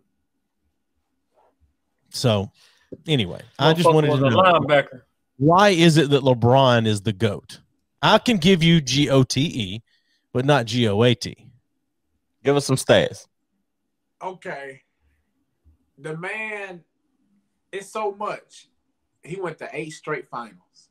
Granted, he didn't win all 8, but he played against. How many of those teams did they just throw money to get the best players that were in the free agency, and just how many of those were pile-on teams? Facts. I can see if there was one All-Star on the opposite team that he played against. He played against 4 All-Stars on each of every one of them finals games. So of course he wasn't gonna win them all. Who did Jordan play? One person on the opposite side or 2. He got lucky to even get 2. At the end of the day, competition is way different. It may have been fight ball back in the day, but now it's about skills. So you think he would have lasted in this era? They using Jordan's skills. They mimicking what he did. He created the skills. Here's what I was about to say, because I'm not a huge fadeaways. You crazy as hell. Ain't nobody doing That's why LeBron did that for 4 years with the Heat. The fuck? Jordan created all this shit. Not really, but it was people before him that Jordan mimicked. You feel me? If people come from so goddamn it, but Jordan the motherfucking god, man, of this shit, man. So with He the GOAT. He the GOAT. It's singular GOAT. You got people coming from half court to shoot a ball at the half court line. Who doing that? Because they practice that shit now. Jordan was going to the motherfucking lane. He wasn't just saying you couldn't do that while Jordan was playing because they was going to press your ass all the way down the court. And they was going to smack your ass all the way down the court. You get smacked. Now they're afraid to press LeBron all the way down the court because they don't get called a foul every time. As soon as you put your hand in, it's a touch foul. It's also, if you drive to the basket and you're going to go up, watch. Everybody backs away because they don't want to be on someone's Instagram page being posterized. Back then, it didn't matter. So y'all tell me the only difference between that y'all have is the way the bully ball was back then. No, compared to the foul is now. The rules are geared now to give the fans more of a high-flying, high-scoring show. There's no reason any team should be scoring 120, 130, 140 points in the NBA. That if that's the way it is and teams' offense has just gotten that good, that means everyone's defense sucks so much ass. If you're getting scored 120 or 130 points, you suck. You're awful. Facts. Right. And I don't even like basketball. Damn, that's crazy. Y'all don't even like sports, do y'all? Don't even fuck with sports. I love sports. I'm just not a basketball fan. I'm not an NBA fan. I like college basketball pretty good, but I'm not an NBA fan. Okay. Do y'all think that America is sweet? Like, we ain't the leader in sports like we used to be. Do y'all think we are American team wins the World Series every year? Leader America wins the Super Bowl every year. No, the leader of the team might not be American. You're right. I agree. Just like how we getting spanked in Olympics right now. We done got beat by Nigeria and goddamn Argentina. Like, what the fuck? I don't care if it's practice. We're the best country in the world because we let everybody come play here. Mm-hmm. The best baseball player can't even speak English, and Stephen A had to apologize to him recently because the man can't even speak English. The best baseball player, then the best basketball players right now, the most entertaining and making money. Giannis in the championship. He's from Germany, and I forgot the other dude that played with Dallas. Luka motherfucker from Australia or some shit. Yeah, well, see, here's my argument, and this is regardless of whether it's music, whether it's sports, doesn't fucking matter. Is talent is always gonna increase, right? Like amateur fighters, like in MMA now, are better than the pros used to be fucking 10 years ago. Like no comparison. You know, the technical skill of NBA players now are far beyond where they were fucking 15, 20 years ago. The difference is what Jordan did for the goddamn game of basketball versus what LeBron did to the goddamn game of basketball. It's the same way one of the Beatles are one of the greatest fucking bands of all time. There are way, way better bands now. Absolutely. But the way they innovated and the way they changed the fucking music game makes them fucking one of the greatest of all time. Fucking Miles Davis on the trumpet. Are there better jazz trumpeters? Fuck yes, there are. But Miles Davis goddamn changed the game. That's what makes the fucking GOAT. Not the current level of talent, but what the fuck they brought to the table. Now that Hennessy talking, that's what I'm talking about. Are there better anesthesiologists now? Absolutely. But Bill Cosby changed the fucking game. He switched the whole swag up. Yeah, no, but that goes across the board, right? Like LeBron is nobody's going to argue that he's not fucking probably the greatest player alive right now that's currently playing in the NBA. Nobody's arguing his fucking skill set, but he hasn't innovated the goddamn game like Jordan did. That's the crux of the argument. Yeah, I agree. But touching on something now, you just said something about UFC. Ask him. Go ahead, hit him up, cuz.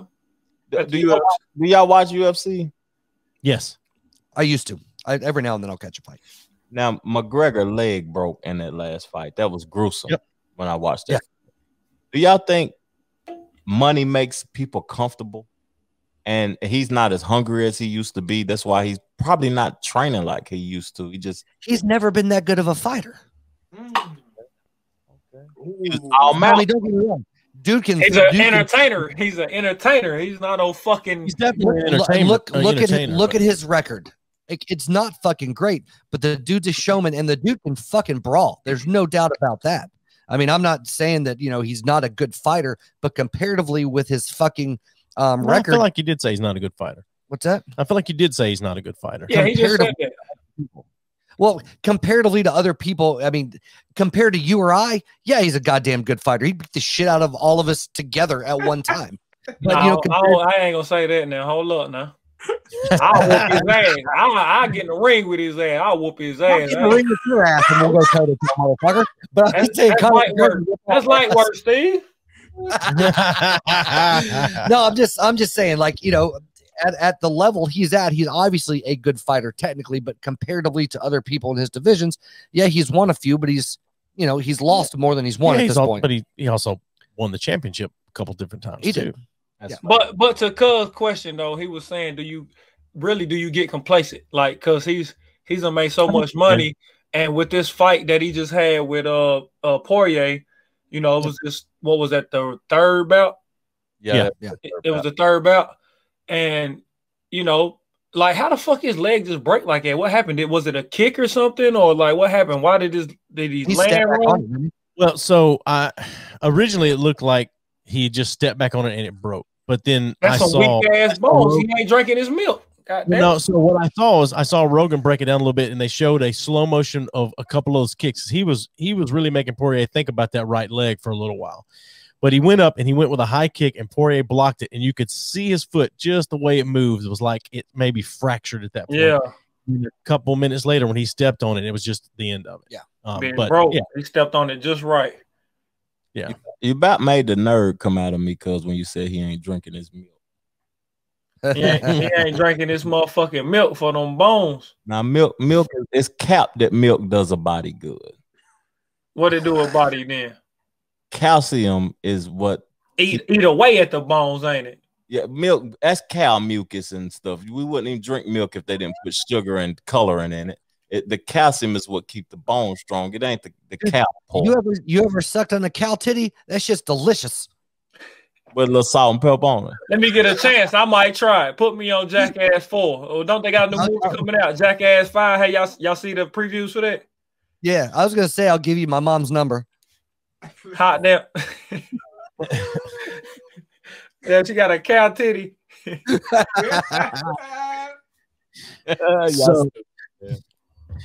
Did Easy have anything else to add into his argument on why LeBron's the greatest of all time? No, he can't. Ain't shit else to say, man. He already know what it is.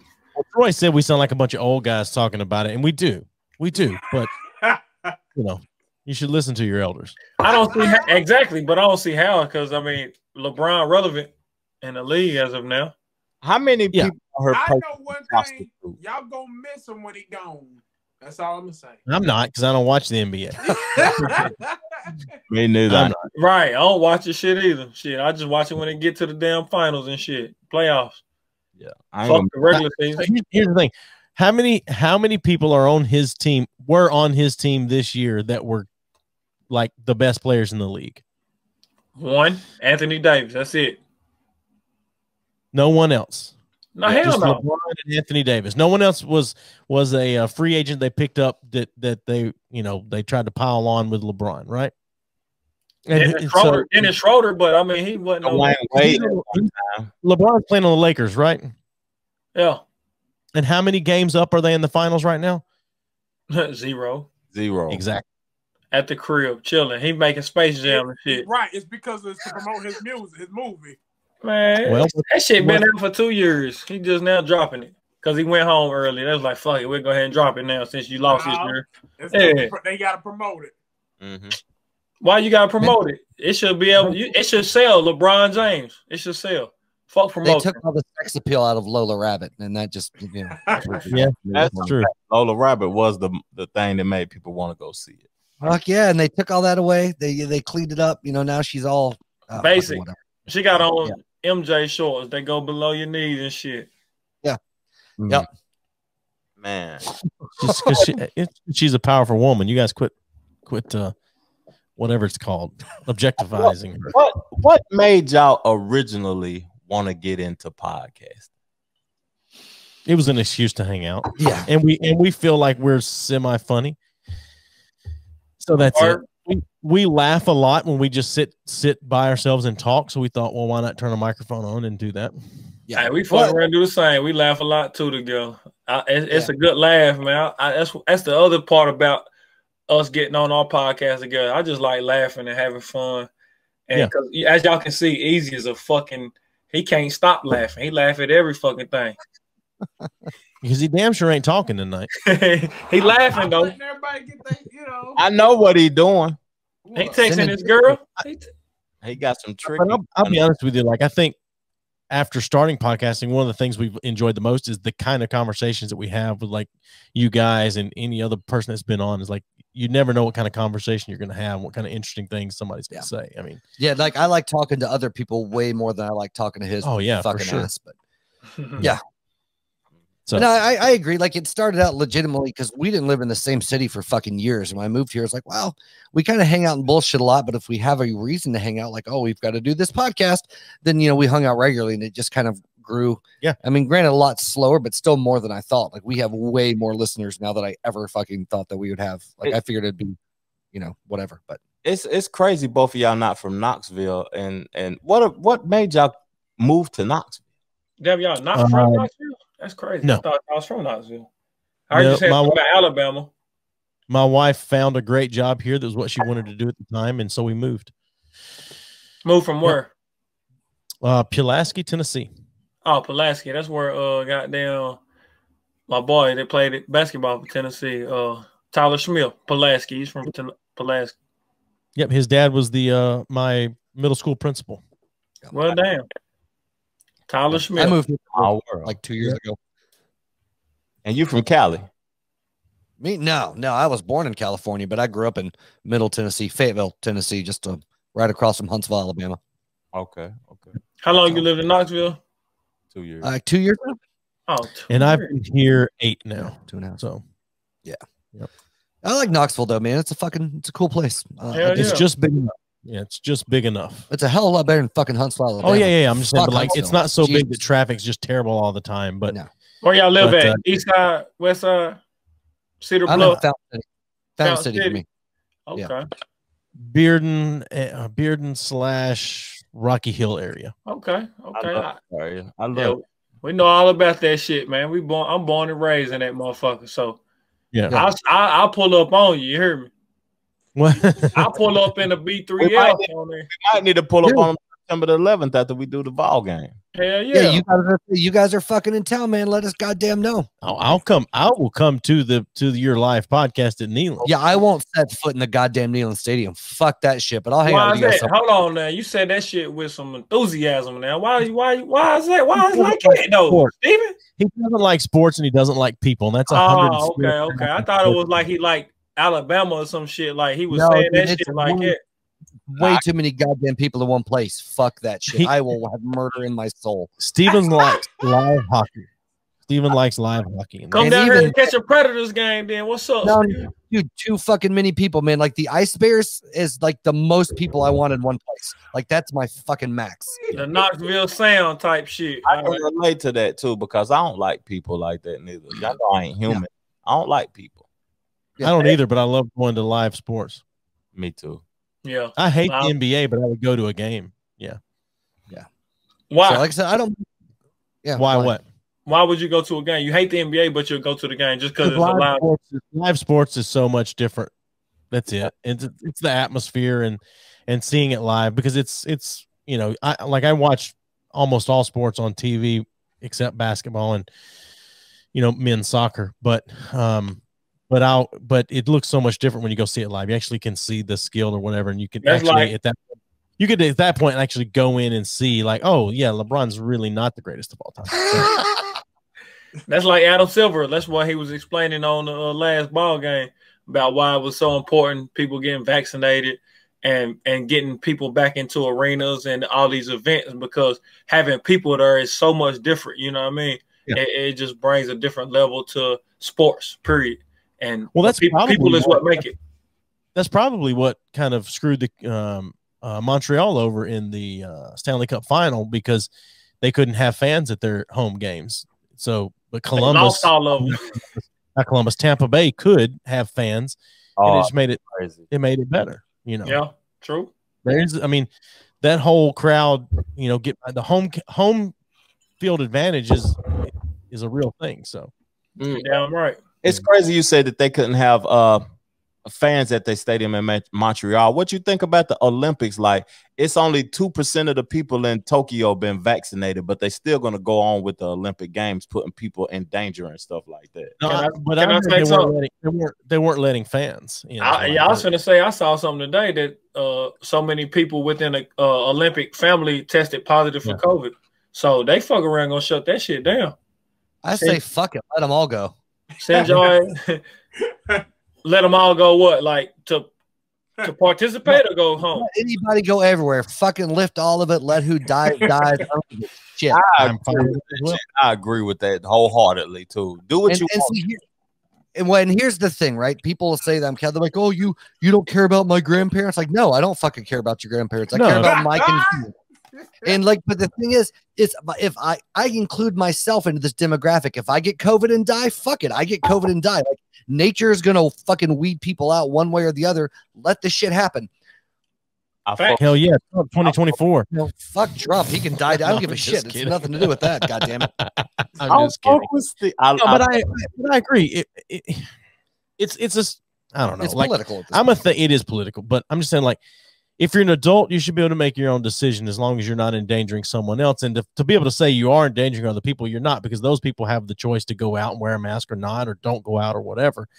It's just, it's the way it is. And business owners should be able to say, if you want to come in here, you have to wear a mask, or if you want to come in here, you can't wear a mask, or you can do either or whatever. If you're a small business, you own it, you should be allowed to do that yourself. Make that decision. It's like having a smoking section.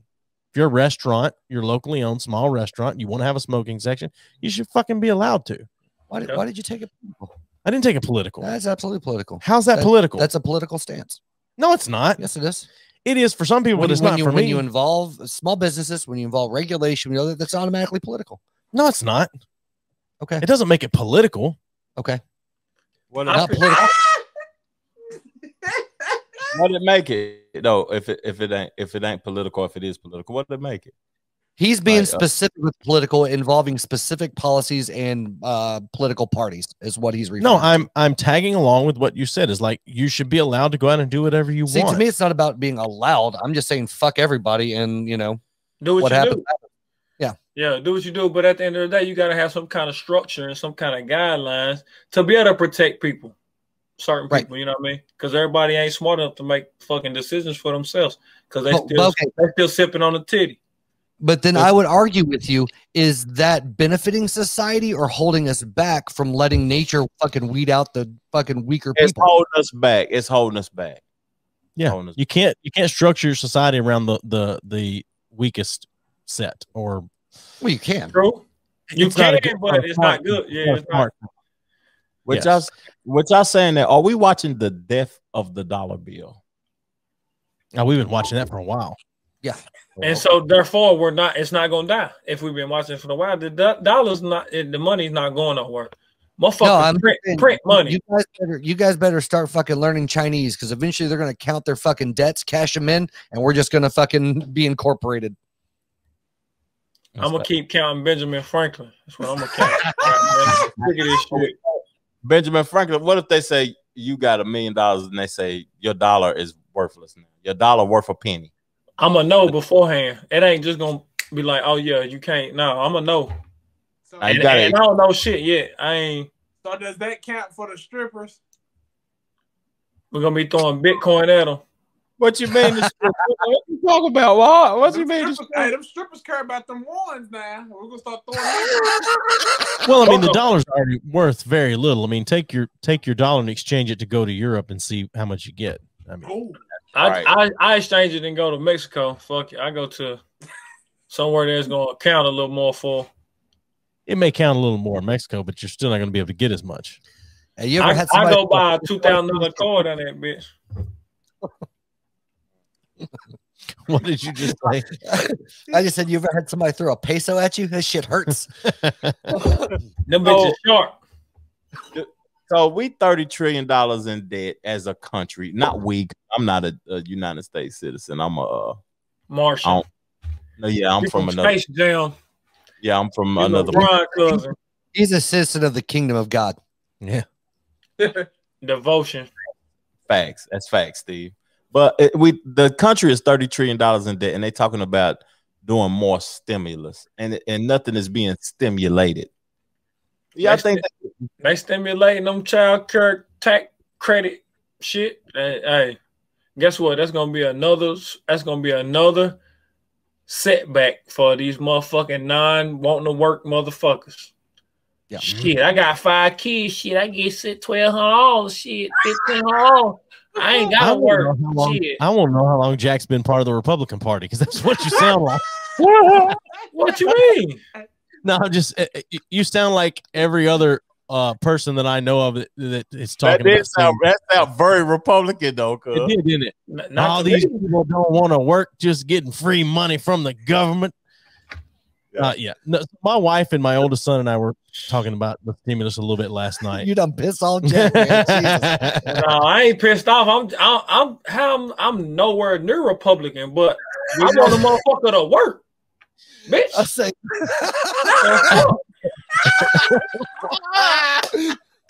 I need a motherfucker to get out there and work like me. Shit, I'm working. I agree. I agree with you. Motherfucker won't sit down on their ass and collect a check. Bitch, nah, go get a check. I agree with you. So now, do you want to split the Uber with me to the Republican conference, we're gonna make them Jackson boys great again? That's right. I'm a Republican, to be honest with you. I'm a Republican. Right. I think the majority of the country, if you really broke it down, is somewhere in the middle. Yeah. If you care at all, I mean, and I think, and I know that's what Jack's trying to say. It's just funny to say you sound like a Republican. Yeah, but we were talking. I ain't no fucking Republican, man. Don't say I sound like no damn Republican, man. I don't like that shit, man. Never mind. So no, I have a legitimate question. This came up the other day, and I got my ass fucking reamed on social media about this shit. But how do you guys feel about fucking? And I'm not talking on a small scale, but like on a larger scale, let's say a congregation of, let's say 500 or more. How do you guys feel about churches paying fucking taxes? Do it. I gotta pay them. Yeah, everybody should pay taxes. Yep. Yeah, I agree. Everybody need to pay. Hell yeah. I'm paying taxes, bitch. You need to pay taxes. Bitch, I don't pay taxes, bitch. Why not? Why not? What? I'm tired of paying taxes. Bitch, you gonna pay them? I thought you didn't pay them. So at the end of the year, how much taxes extra do you have to pay in, or do you get a refund back, or whatever? He just throws us at the garbage. Is that what you do? And here's my. Oh, go ahead, Trevor. Now you good? Go ahead. I was gonna say, like, I want to say something about them taxes now. At Go for it. Job, they give out gift cards for like extra money. They can't even do that no more because Uncle Sam want a piece of that money that they trying to give to their employees. So they got to put that money towards our bonus on our check instead of giving us a gift card. I say, God damn. That still be taxed. Yeah. Your bonus is taxed.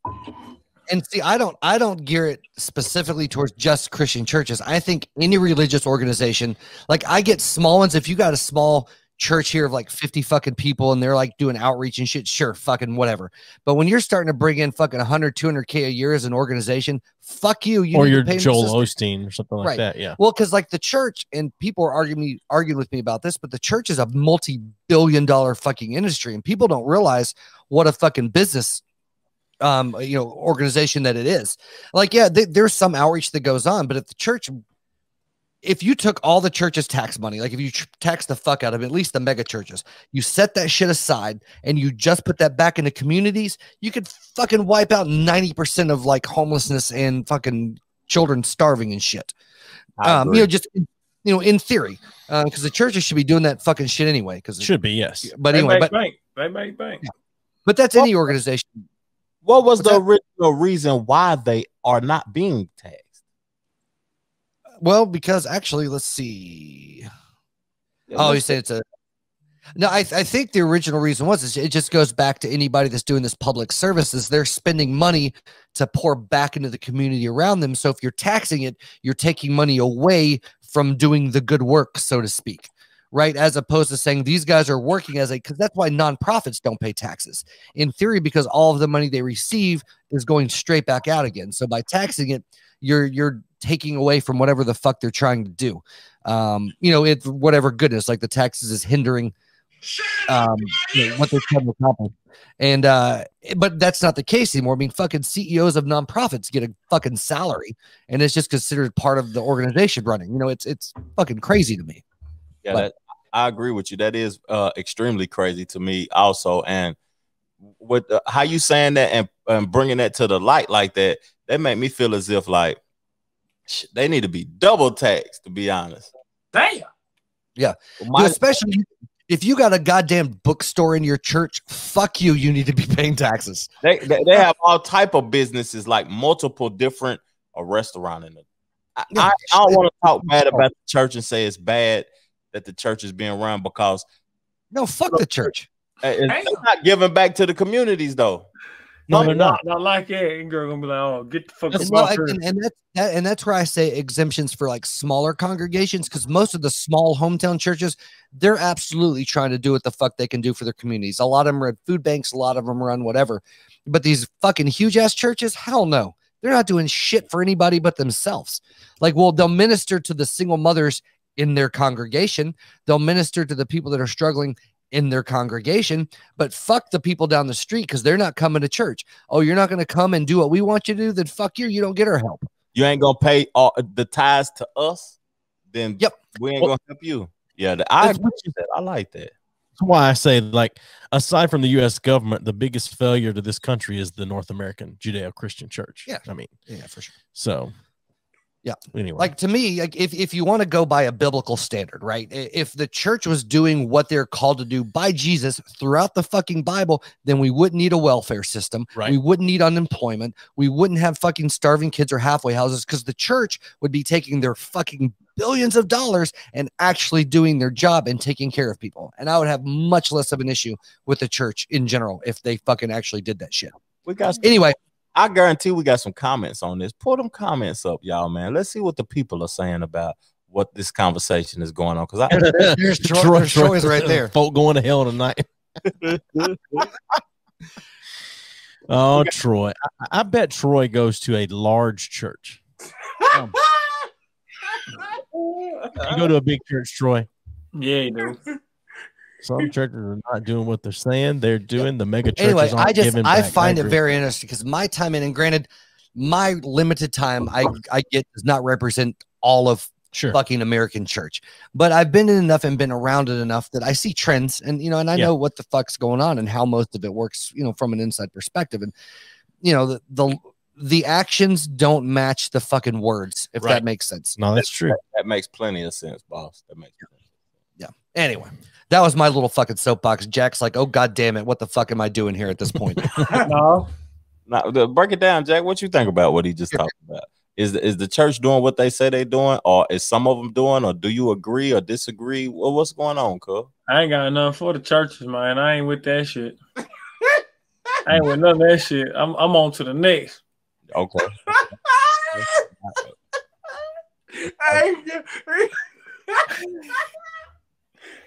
Oh, you see what John the Baptist. Yeah. In that tie. Are you a fundamentalist Baptist? Yeah. But the one thing I think is funny, I mean, outside of this, and this is the honest to God, I'm going to get off my fucking church soapbox here in a second. Okay. I have a lot of deep-seated issues with the church, obviously, but break it down. But I think what it all boils down to is you have so many factions of like denominations of core Christianity that supposedly say, well, we all can at least agree on the fact that Jesus was the Son of God.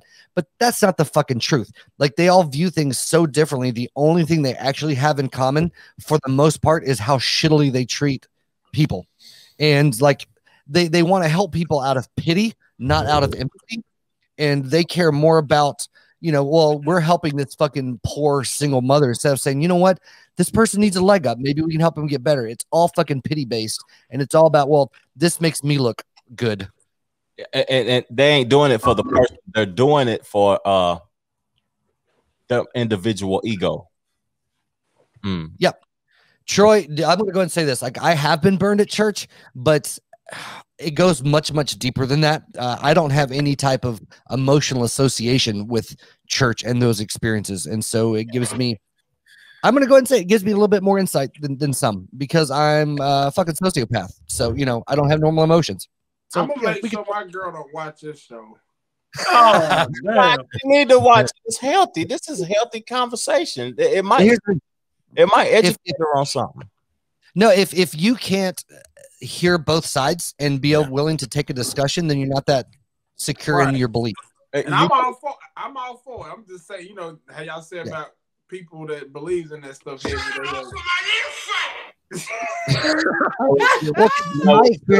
This is just not in church, but the people that yell the loudest are typically the most insecure about what they believe. You can't just study one religion and one thing. Also, you need to learn all of them. Like, I mean, it's people that say that they know the Bible, the King James version, and they Christians or whatever. But do you know? Those are called Baptists. Do you know the other religions' words? Yeah, you know what I'm saying. If you're gonna because if you listen to other religions, then you're letting deception into your heart. Right. That's why they create division. Yeah. No, exactly. And my whole thing is with any of this shit, it doesn't have to be religion, it doesn't have to be anything. But if you can't separate your rational thought from your emotions of it, then you're never going to be able to have because most people are afraid they're going to get their mind changed. So they get so fucking aggressive and angry, and there might not be a conscious fear, but you know, the thing is like, if you're not willing to hear somebody else's opinion, then you're absolutely not secure in whatever the fuck you're believing in. You know what I'm saying? Because like, if you really truly believe it to your core, then nothing you say is going to change my mind. You know what I mean? So there's no reason for me to get mad about it because it doesn't fucking matter. Yeah. At the end of the day, it doesn't have no, I can't understand what you're talking about. It doesn't relate to me. Right. Hey, the guy that's above me right now, he told me the most realest stuff. He said, if it's opinionated. That's you. That's you above you right now on that. What I'm looking at. I'm saying like right here with the hat on. He said, if anything is opinionated, why even go back and forth with it? Because it's opinionated. Like, you're going to believe in what you believe. That's you, and it's me. It is what it is. It is what it is. But that's where like conversation is awesome. Like to be able to say, this is what you believe, this is what I believe, and be able to talk about that shit. That fucking is awesome all day long. To be able to lay out a different perspective was awesome. So that way you can really open somebody's mind and be like, okay, I didn't even think about it that way. Well, it's like it opens somebody's mind up, and that's the thing is like, but you have to be willing to have your mind open, and that's one of the biggest problems in the church and in the South and with a lot of things is stuck in our ways. Well, it's not just that, but most people are willing to have the conversation, but they're not really willing to listen. They're listening with the intent to have their rebuttal, not with their intent to consent what they're or to hear, you know. Well, my thing, and we've talked about this before, is legitimately for me, like, and again, not that I'm all knowing and all understanding, but I've had a lot of these discussions, and I'm more than willing to listen, right? But most arguments that are thrown against whatever I've heard at one point in time, and I've already considered them, and I'm still willing to hear them out. But when you can present me new information, I am happy for you to change my mind. I would love for you to change my mind, but you know, you got to spit some shit out that comes from rational thought and not just fucking puking back up what you've been spit out from the pulpit for fucking 20 years. Spit something, man. Hey, what's crazy about this whole podcast and this conversation, that this is not our normal conversation and this is not y'all normal conversation, but we are having the conversation and it's very good and it's very, I don't know, it's healthy, man. That's how I perceive it. I agree 100%, my friend. That's one reason we love having you guys on, man, because fucking conversation always goes all over the place, and it's always fucking good. Like, I have never had a bad time with you guys on the show. Absolutely. Ever. It is my first time, and I want to say I appreciate you fellas, man. I'm finna Well, we wanna have you. You should have my phone number because the four of us here on this side of the screen have been in a group text. Hit us up sometime because we'd like to have you back on individually as well. We've had the other two guys individually. We'd like to have you on. I'd love to come on, man, and chop it up with y'all, man. I appreciate y'all having me on and us on, you know what I mean? Because we missed our pod yesterday, the pod with you guys, man. We appreciate it for sure. So send us the links to any of your music so we can put it in the show notes. Yeah. Bet. I will. If it wasn't for I would have never met Joey. Yeah. We met it. We did. So, you know, just so you know, like when I say that I really love all of you guys, it's excluding Easy entirely. Like he's a fucking asshole. Like fuck Easy. Because he just showed major love to Joey. He said, fuck Steve. No, man. I love you guys. It's always been good having you guys on. It's love, Steve. Hey, Steve, love, man. Hey, you already know, man. Okay, side note, real quick, nothing to do with the podcast. I texted you, motherfucker, about setting the show up, and you said you're gonna fucking be willing to do it, and you never goddamn did it. So I'm gonna have to jack on that shit too. Like I told Easy, I'll put together a fucking show if you guys want to fucking come and play. Like I'll set some shit up. And you're from here, so whatever. No, he lives in Nashville. I know, but he's from here. Sure, I'll come if you give me a date and give me enough time. I'll set it up because I work for the Cheesecake Factory, so you feel me. Yeah, big dog shit. I got work. Yeah, so before I met Jack, I was talking Easy. He was like, "Fuck yeah, man, set that shit up." And I tried, and I texted him back, and he was like, "Nothing, fucking nothing." That's how he is, though. He don't be on that shit. Am I gonna have to send you pictures of my titties to get you to text me back? Facts. You might have to, because if it ain't nothing about a girl, he don't want to hear nothing about it. Get you some. Get you some. Texting, y'all. It's the young generation shit, man. Young generation loves to text. They hate phone calls. You gotta send. You're gonna have to send him like a tweet or something, probably. And that's what's crazy. I'd rather talk FaceTime you than text a motherfucker. I won't see your ass, bitch. Yeah. Hey, I got you though, Steve, for real, man. All right. All right. For those, man. Yeah, thanks. You guys have a great night. Thanks for coming on. Hold on. You guys got anything you want to fucking plug, talk about, shout out before we hang up? I'm gonna shout it out everything before we get off. We appreciate the B3F boys for letting us be on their podcast, man. Dope show, dope content. If you support Trevor Jackson and the Jackson Boys, subscribe to their channel. You rock with us. Jack just released the album. Easy released the album. I released the album. We creating phenomenal content, and I support anything Joey and Steven do. And man, thank y'all for having us on the show, man. Appreciate it, fellas, man. Hey, I can't wait to come back, man. You know what I mean? It's been, been dope, man. We're gonna get back on this hand. You did good yak. Fuck yeah. All right, man. You guys have a fucking great night. Appreciate it, fellas. Everyone tuning in, please subscribe to the channel, like, comment, whatever.